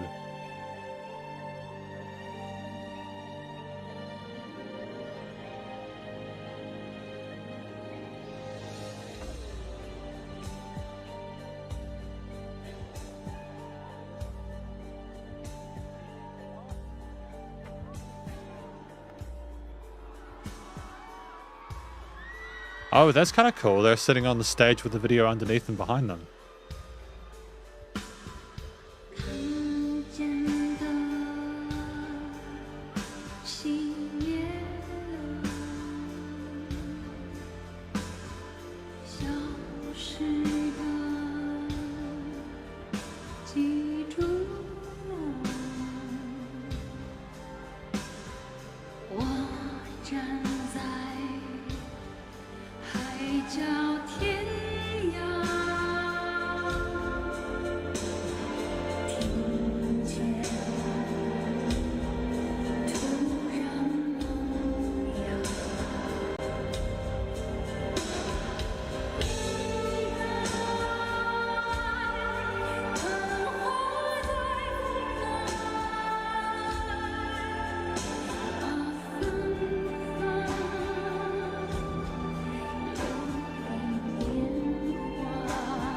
I do quite like this a lot. I do quite like the song a lot.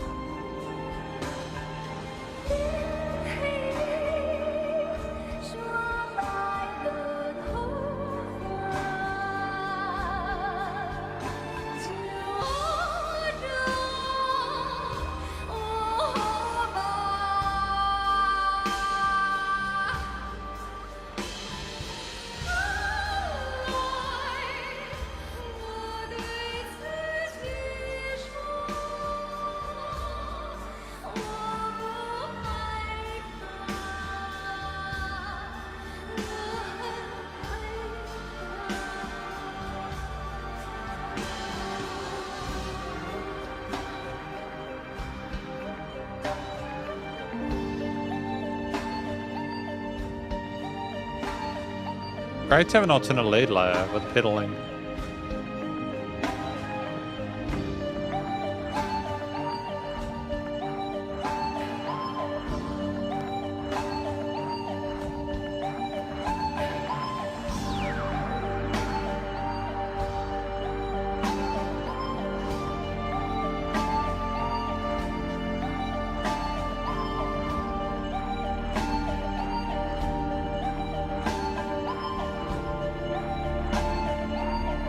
How are they doing that? Oh, keep modulation there.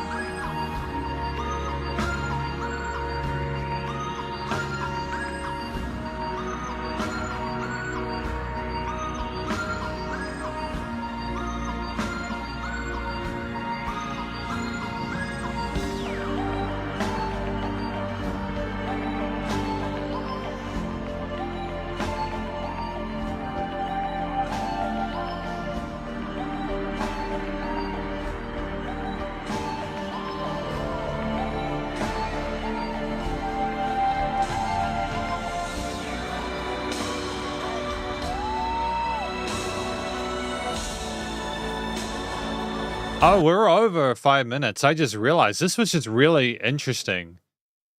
To be fair, it was like a minute of intro, right?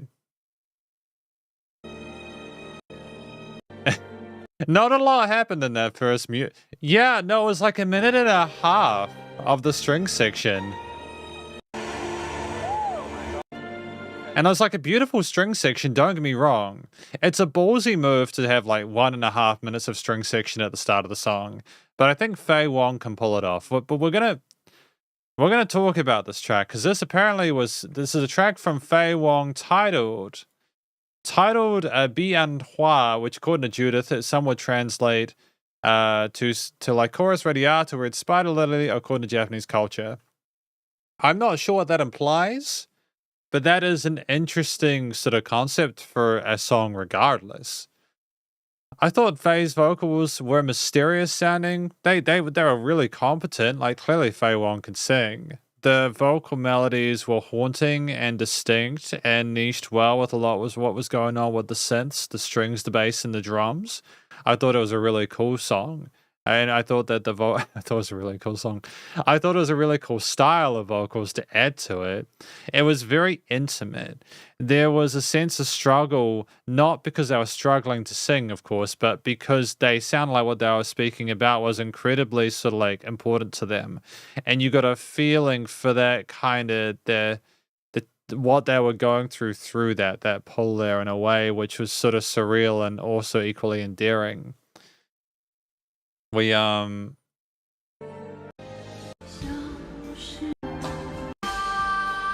like, there's clearly dynamic range to the performance there. We start quiet and we build it up over time, which is like a staple for a lot of songs within this kind of music. But it's done in a way where it's very kind of visceral.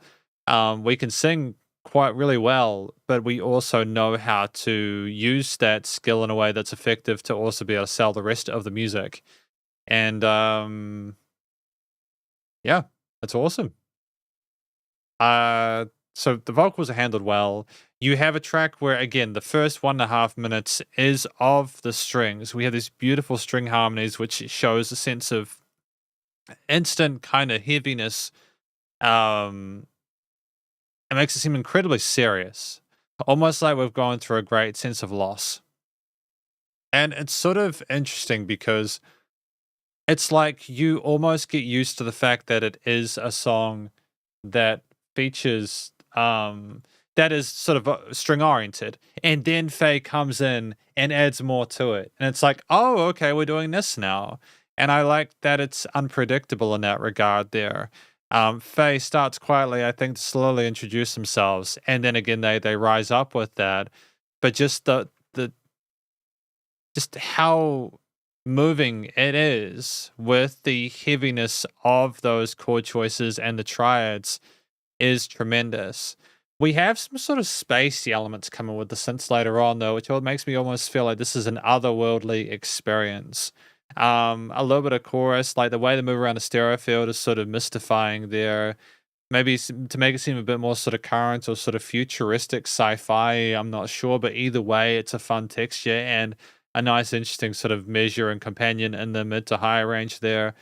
The bass in the low end is sort of foundational. It's supportive. It's pocketing in a similar way to the drums. The drums never try and sort of come to the forefront, and they are typically far more sort of like they're absent to allow other elements to be there and sort of like kind of have precedence, or they're moving the track forward at a slower pace there. I think predominantly it's halftime.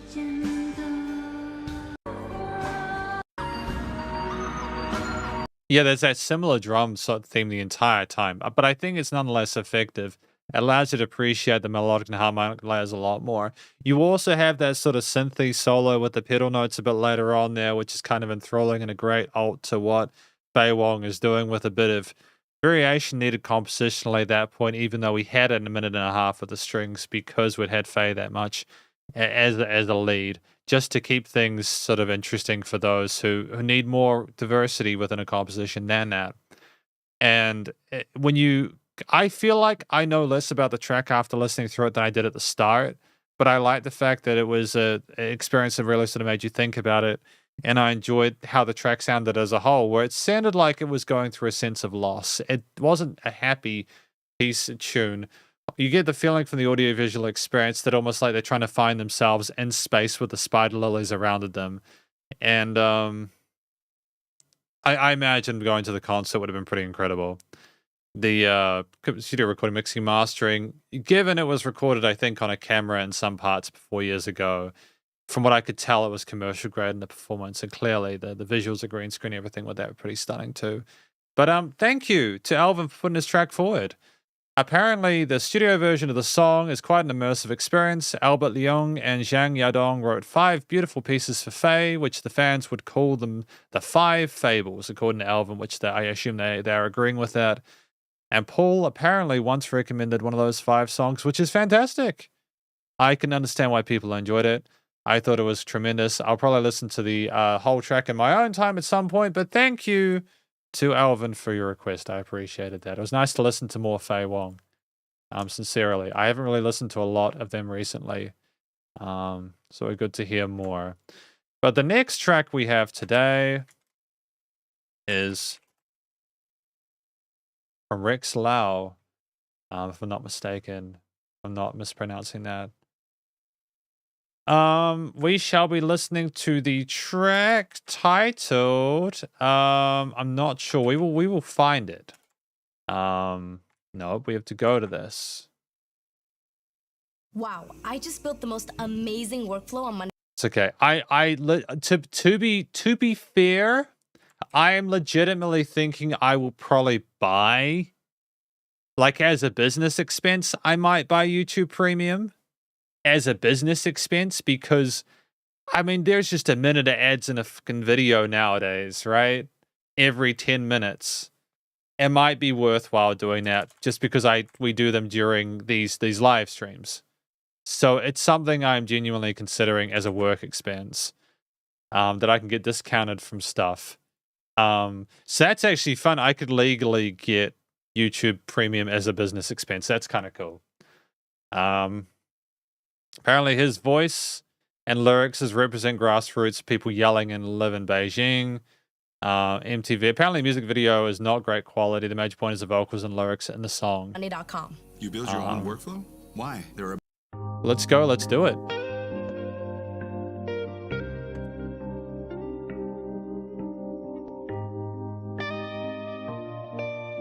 Oh, Wang Feng. I know Wang Feng. Thank you, Rex Lau, for this.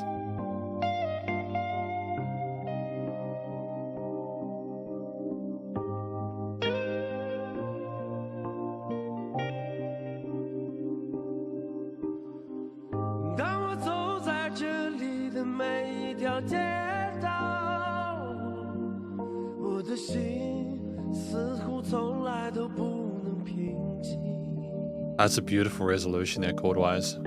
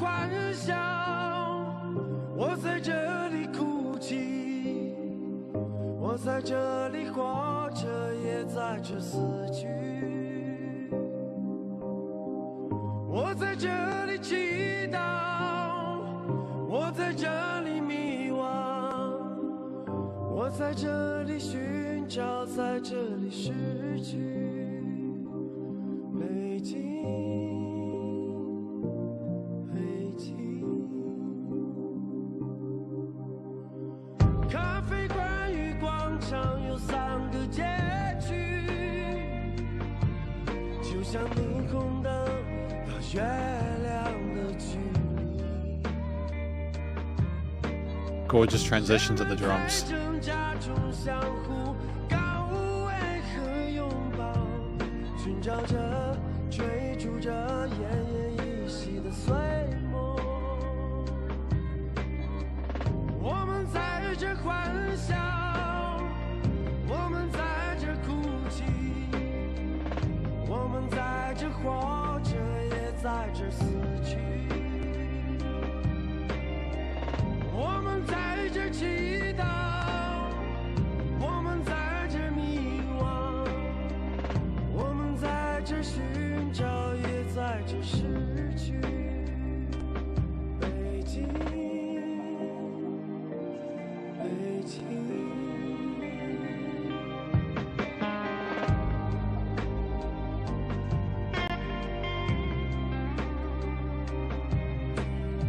A lot of motion to the guitars too, to be fair.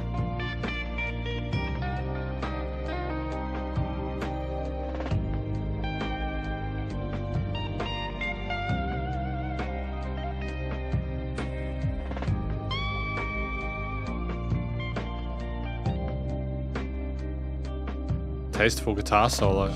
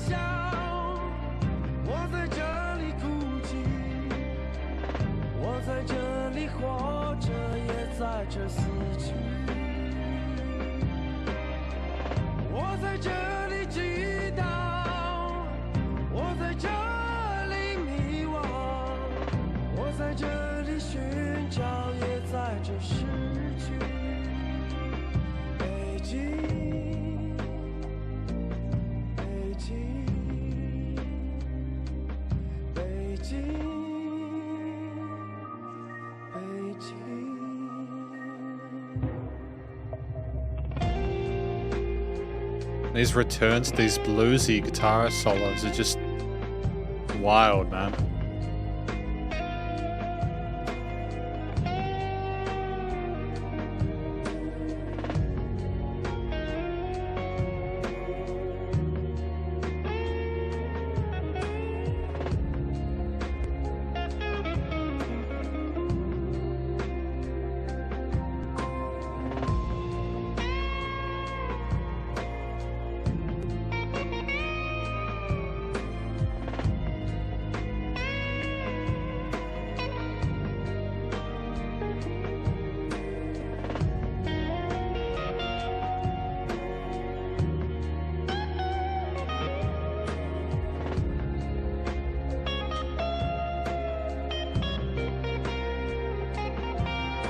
We're gonna have to pause there because the time limit on these tracks is 5, but let me tell you, man. You can just feel the emotion. As Jacob was talking about, you just feel the emotions just oozing out of this track. This is from Wang Feng, titled Beijing Beijing. We've got lyrics down here at the bottom that I want to go through really quickly. Just because they're here, I've got to go down here. You are from Beijing, you left your hometown, you desperately want to go home. The more you understand. Yeah, really, after I leave Beijing, I will no longer exist. This song, Beijing, is the wailing of my life. This song can stab someone to death. That's crazy, man. That's wild, dude. That is so heavy. That is so phenomenally heavy, dude. That is huge. Huge song. You get the sadness from that, the fact that they really miss their hometown. They don't know who they are anymore. It's just wild. I feel like there's potentially more nuance to it, but that's basically, I understand the song to be about. And it's really sad. The vocal performance from Wang Feng here is so raw, but it's also quite, ironically, quite polished. It's like, you can tell they're being authentic and genuine about it, but it's just, they're feeling these feelings and they're getting them out onto the microphone, and you are the person listening to them sing their truth. And that the thoughts just sit there and simmer, and it's just unfiltered, and it's so easy to understand and accessible. And just the way that it alternates between the vocals and the guitar and those lead parts is so soulful. The blues makes total sense. You have a few key components in the track aside from the singing is incredible. Like, great vocal technique, a bit of vocal fry occasionally, but very kind of somber overall, and a very comfortable part of our head and chest voice there, where we don't exaggerate what we're trying to accomplish there.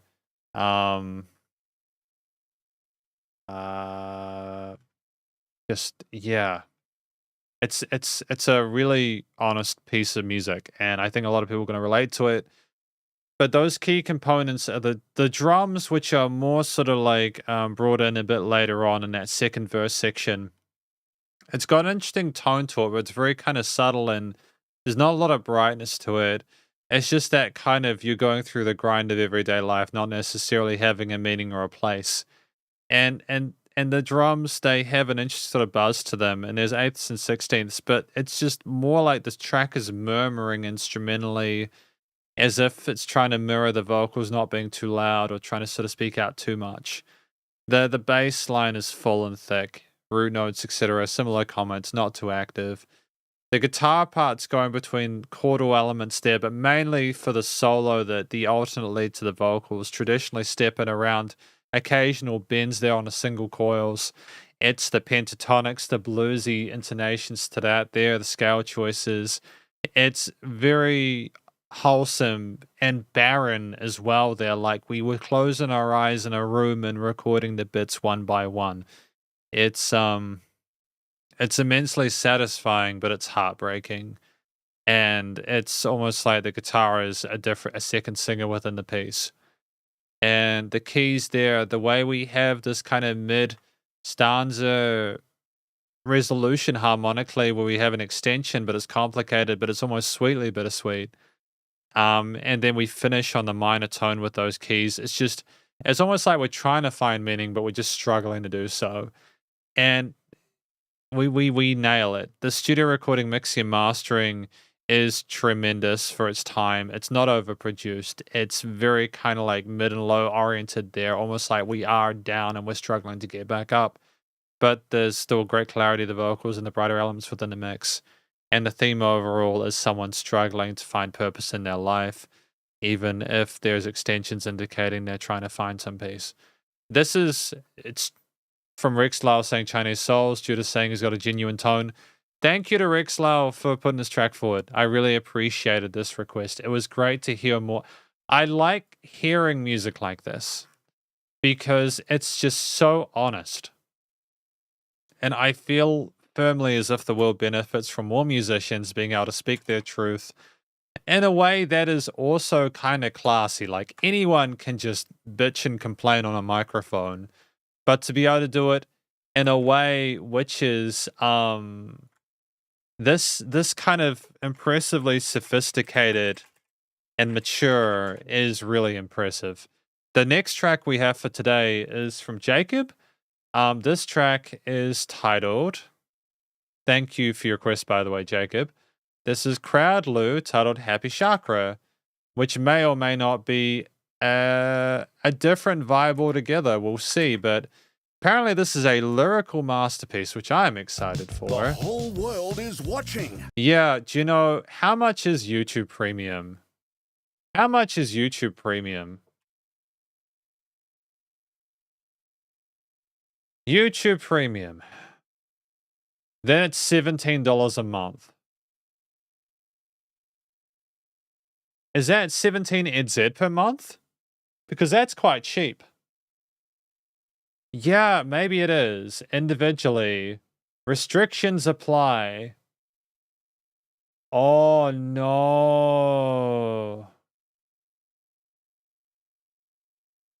What? Oh, no. Add up to 5 family members in your household. Well, my partner doesn't use YouTube on their phone anyways, so that's fine. I'll figure that out on my own time. But it's highly likely we're probably going to be getting YouTube Premium at some point. Famous half-price sale.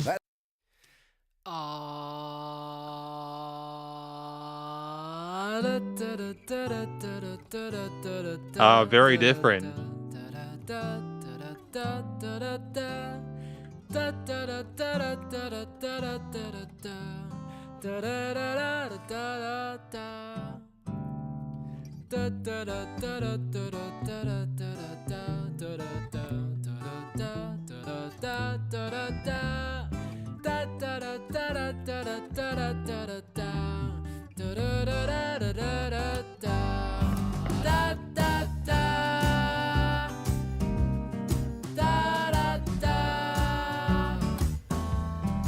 I love it. I thought you were being genuine, Jacob. But then again, I think you are being genuine because this is clearly the great. Like, I love the vocals in this. Sincerely, I like it. It's really nice and upbeat.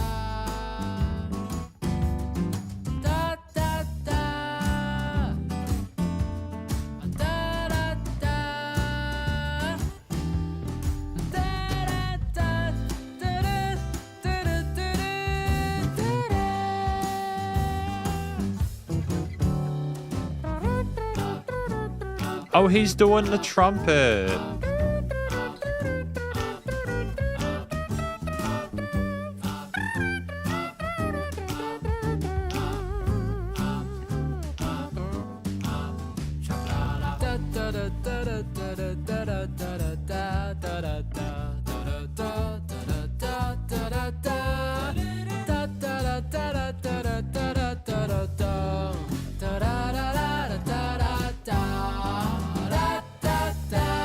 Great harmonies there, man.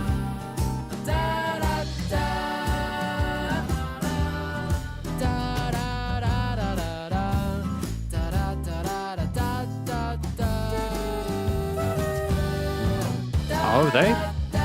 Wow.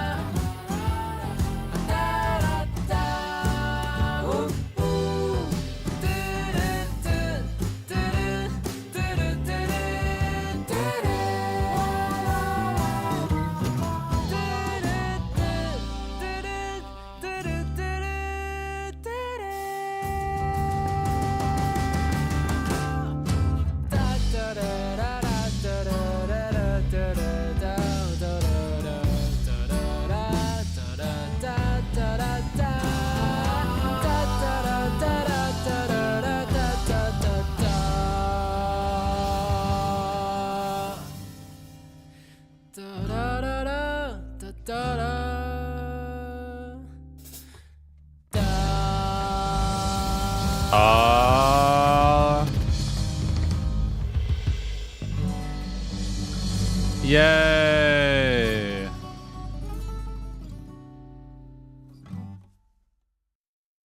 So the song was about do do do do do do do do do.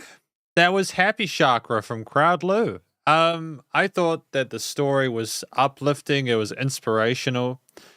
And you might think I'm taking the piss a little bit. I'm not. I mean that genuinely. Sometimes in life, it's really just important to not take yourself so seriously. It's really important to just try and appreciate stuff for what it is. And I love the fact that we're trying to do that here. I think that Crowd Lou with Happy Chakra, they just sang the melodies that they wanted to sing without trying to overcomplicate the stories. There were some interesting harmonies and upper ranges. It was very satisfying going into the choruses where we niched octave-wise, but also some wow, wow, and how things went over like that. I thought that was really great. And it's positive, and it makes you feel things that are just really heartwarming, and it's just effervescent joy. And I feel like we need more of that in the world. The track itself, outside of the vocal harmonies, indeed, it does indeed mean spirit, Jacob. It does indeed, chakra, yes. You've got guitar, bass, drums. There's a double bass in there, I think. Was there keys? I think it was just, was it? My brain's saying keys. No, it's guitar, double bass, and drums. Now, I know there was a trumpet, to be fair. I think that Crowd Lou was the trumpet. So, technically speaking, they also managed to pull off a pretty sick trumpet solo, which was awesome. It was really cool. It was a great alt lead to the vocals, which seems like a little bit of a weird thing to say because the vocals were the trumpet, but you know what I mean. And we weren't getting away from the storytelling because we weren't telling a story, but you know what I mean. The bass line with the walking bass and the double bass was just throaty, but it wasn't too intense. It kind of slugged along. Well, it grooved along with what was going on with the kit, the drum kit, with the shuffle on the cymbals, the brushes, and the kick. Poignant, peppy, full of energy, great, well, really happy-spirited. Really neat vibe to it. There was great cymbal shimmers. There's some up-tempo stuff. They kept a great sense of groove throughout. But what made it the most sort of fun for me was, I suppose, just the crispness of the guitar tone, the way that it shone and shimmered, and there was a great glow to it. And I love the way that these textures and timbres interacted in a really positive way. And I think that I don't think they could have improved it. I feel like, again, you needed the alt trumpet solo to like really sort of like have like that sense of development and variety within the track instrumentally as well as vocally. But it was just the way as well that the vocals harmonized on top that made it really special. And there was enough variety through the piece to keep it enthralling. The theme itself was kind of happy-go-lucky and carefree, and was more about, I suppose, enjoying the moment and just taking time to sort of appreciate the good things rather than anything else. There was a majorist feel overall to it, some extensions, some major sevenths, minor sevenths occasionally as well, but never in a way where it tried to complicate it too much, which was a feat within itself. And just the studio recording, mixing, and mastering was tight, man. It just had a great sort of glow to it, no weird resonant frequencies.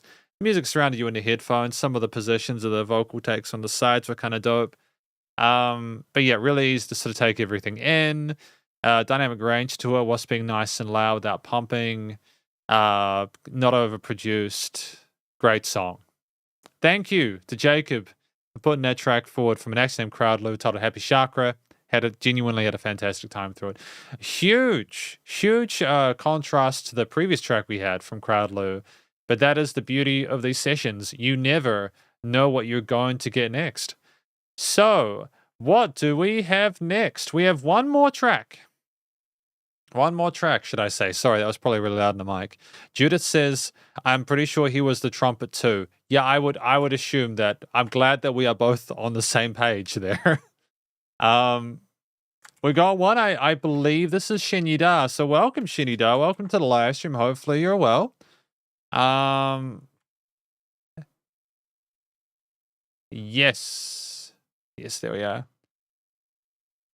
Yes. Yeah, Jacob is their internet name, so I'm not your friend, Jacob. So not the real life friend, Jacob, but the internet friend, Jacob. That is good to know. So apparently, according to Shinyuda, this is the live version. Please start at 1:17. Absolutely, Shinyuda. More than happy to. Thanks for your request. We'll just find the song for you. I have to say, man, it is so much nicer having a webcam that I can just look over and see the track there. It's the little things, right? I feel like the moment that you can make your life easier for yourself without there being negative consequences, anything there is a positive.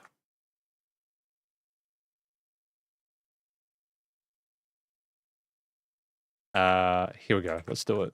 So this is from Shinyuda after Jacob's one. We're back in third quarter planning. Adams is quarterbacking this project, and she is looking pretty tired, Jill. She's stuck, Bill, and that deadline is looming. It looms for... So apparently this is Miso Group's Beard Mother's Chronicle. Yeah, I think we're going to be getting YouTube Premium. I thought it was like $30-something a month, but if it's like $18, that's fine. Now we're starting at 1:17 though. Apparently this is... Here we are. Amazing show. Hey.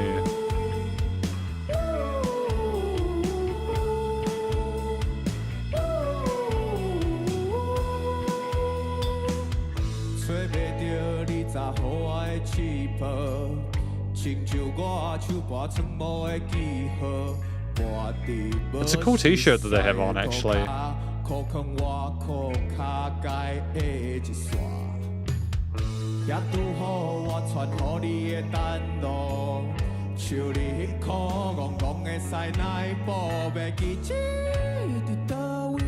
Interesting falsetto there.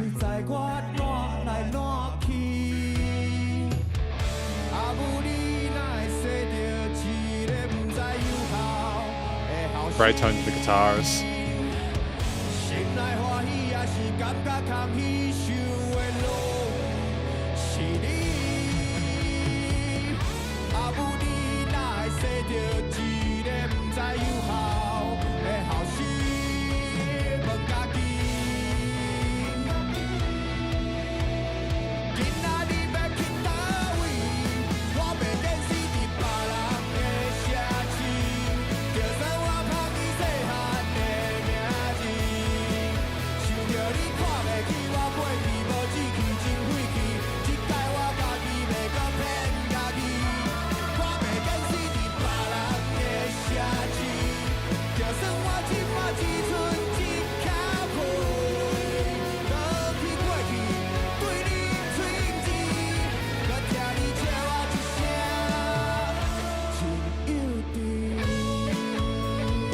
Great transition to the lead there. Smart move.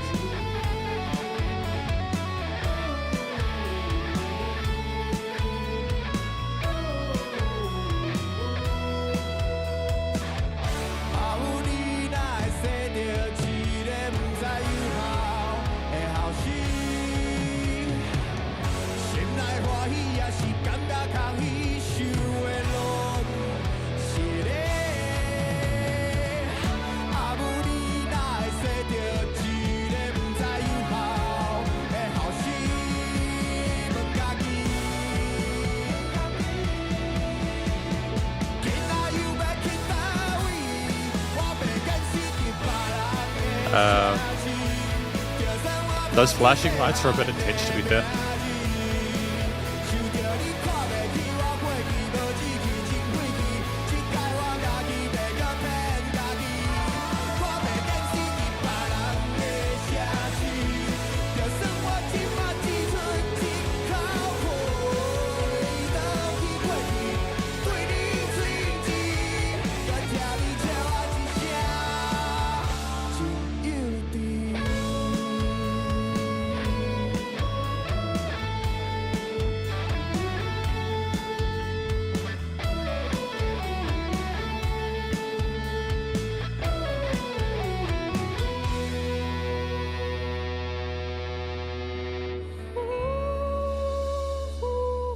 Really beautiful falsetto there, man.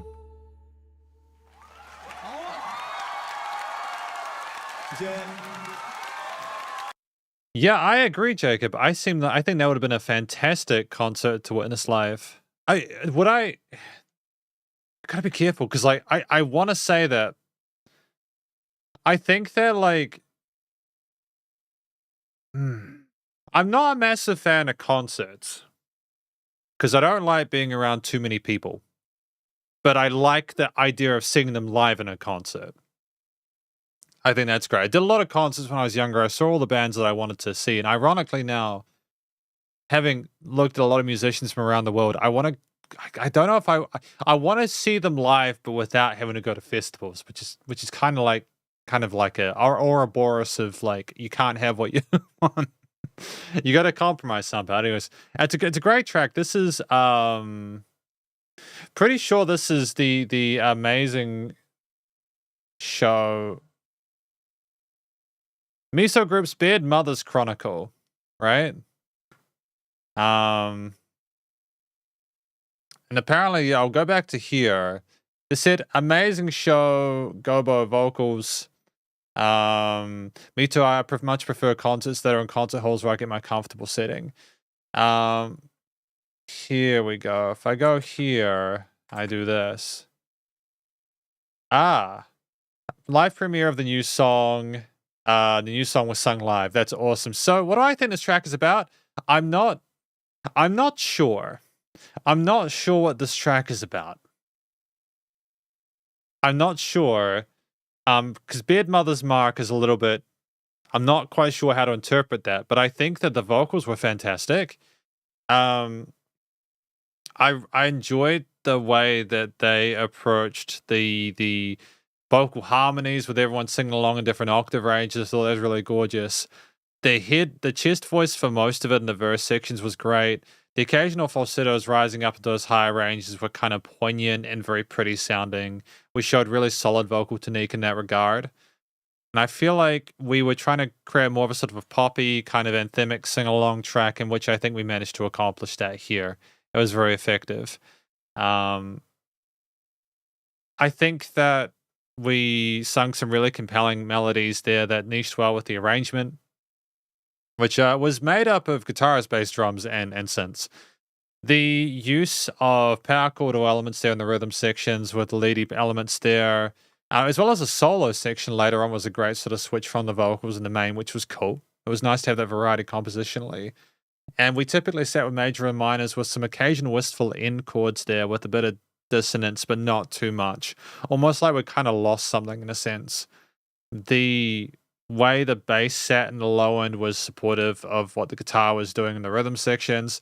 The synths were typically more sort of in that higher end, supporting the mid range and making it sort of sparkle and glow in a way that was very warm and endearing. And the drums, they handled themselves really well. There are occasional fill transitions and stuff like that, as I remember, but we typically pocketed and supported it. Had a great sense of pace and groove within the quarter and eighth note sequence. And I liked the way that they played together. There was not a weak part of the performance. They had a great chemistry on stage, and they seemed really comfortable with what they were trying to do there. And I think overall the theme, it's kind of safe sounding. I suppose I need more context in the lyrics to really sort of establish the balance there between what the story is about and what the music is trying to sort of communicate. But I feel either way, it's still really well performed and people seem like they're having a great time. And it was really well written without a no doubt place and with no filler in there. And I think, again, at 5 minutes, it's quite well fleshed out, especially since the track starts at 1 minute 17. It's effectively like a 4-minute piece. So it's well fleshed out. The studio recording, mixing, and mastering was slick, well handled there. No issues with the balancing of the guitars, bass, drums, vocals, or the keys. We chose great tones, didn't overcomplicate it.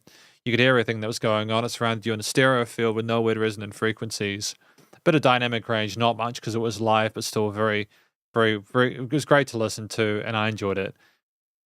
And thank you for Shinyida requesting this track from Meiju Group's Beard Mother's Chronicle or Beard Mother's Mark. I'm not sure. Either way, thank you, Shinyida, for that. Just before we finish, Jacob says, I also get grumpy to travel out of venue after concerts. I know. I feel you on that. It can be really frustrating having to deal with that, for sure. I like to leave concert. Like, I remember when I saw Kiss in concert, I left early just before I finished because the concert was not big enough to have the amount of people they had inside of it. And it was an absolute mess. But then I didn't feel so bad because I didn't really like Kiss as much as like the other bands like Ozzy Osbourne and stuff like that. But yeah, I feel you on that. It can be good to get out before the rush.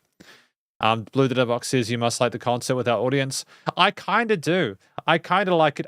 I've had negative experiences when I've gone to concerts, especially if I mean, not that I'm looking to date new people at this point in time because I'm in a relationship, but when I've been with previous partners, they either start shit with people because they're just looking for some drama, or people make silly decisions and don't know how to act in mosh pits. And it's just, I just don't enjoy it very much. I like being able to sort of like just chill and enjoy the music, I suppose. I don't feel like I need to be up front.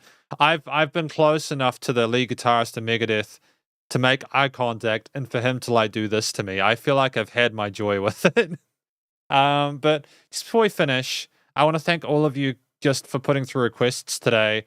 We've had tracks from Dinahay, Alvin K, Andreas, Judith, Paul7931, Rex Lau, Jacob, as well as Shinny Das. There's a lot of different people. Thank you for all of your requests. I swear I went to Jason Mark's concert in an outdoor garden venue, and trying to leave overpacked crowds on a very slightly swaying bridge after the concert was insane. Yeah, they shouldn't be having bridges involved at concert venues. I don't know what that is, but that sounds nightmarish to me, and I'm glad that you're safe. Anyways. I'm gonna go because I have some more videos to do. Thank you for coming along to this live stream. Really appreciated you all being a part of it. Hopefully you had a good time. Hopefully it was good times and good vibes. Thanks for your requests. Thanks also to those who just came along to hang out. I appreciate it. We'll be back to regular live streams this week, I think, and I'm gonna start working on that list of musicians videos next time over the week. But yeah, have a fantastic rest of your weekend. Stay cool and stay safe, and please remember to support your local musicians and artists at this point in time, as they either help more than ever thought of crazy stuff going on in the world. If you're waiting on a Patreon video, don't worry, I'm doing one more tonight and one tomorrow, so they'll all be done on time, and I'll catch you later on. Spiderhands out. 3, 2,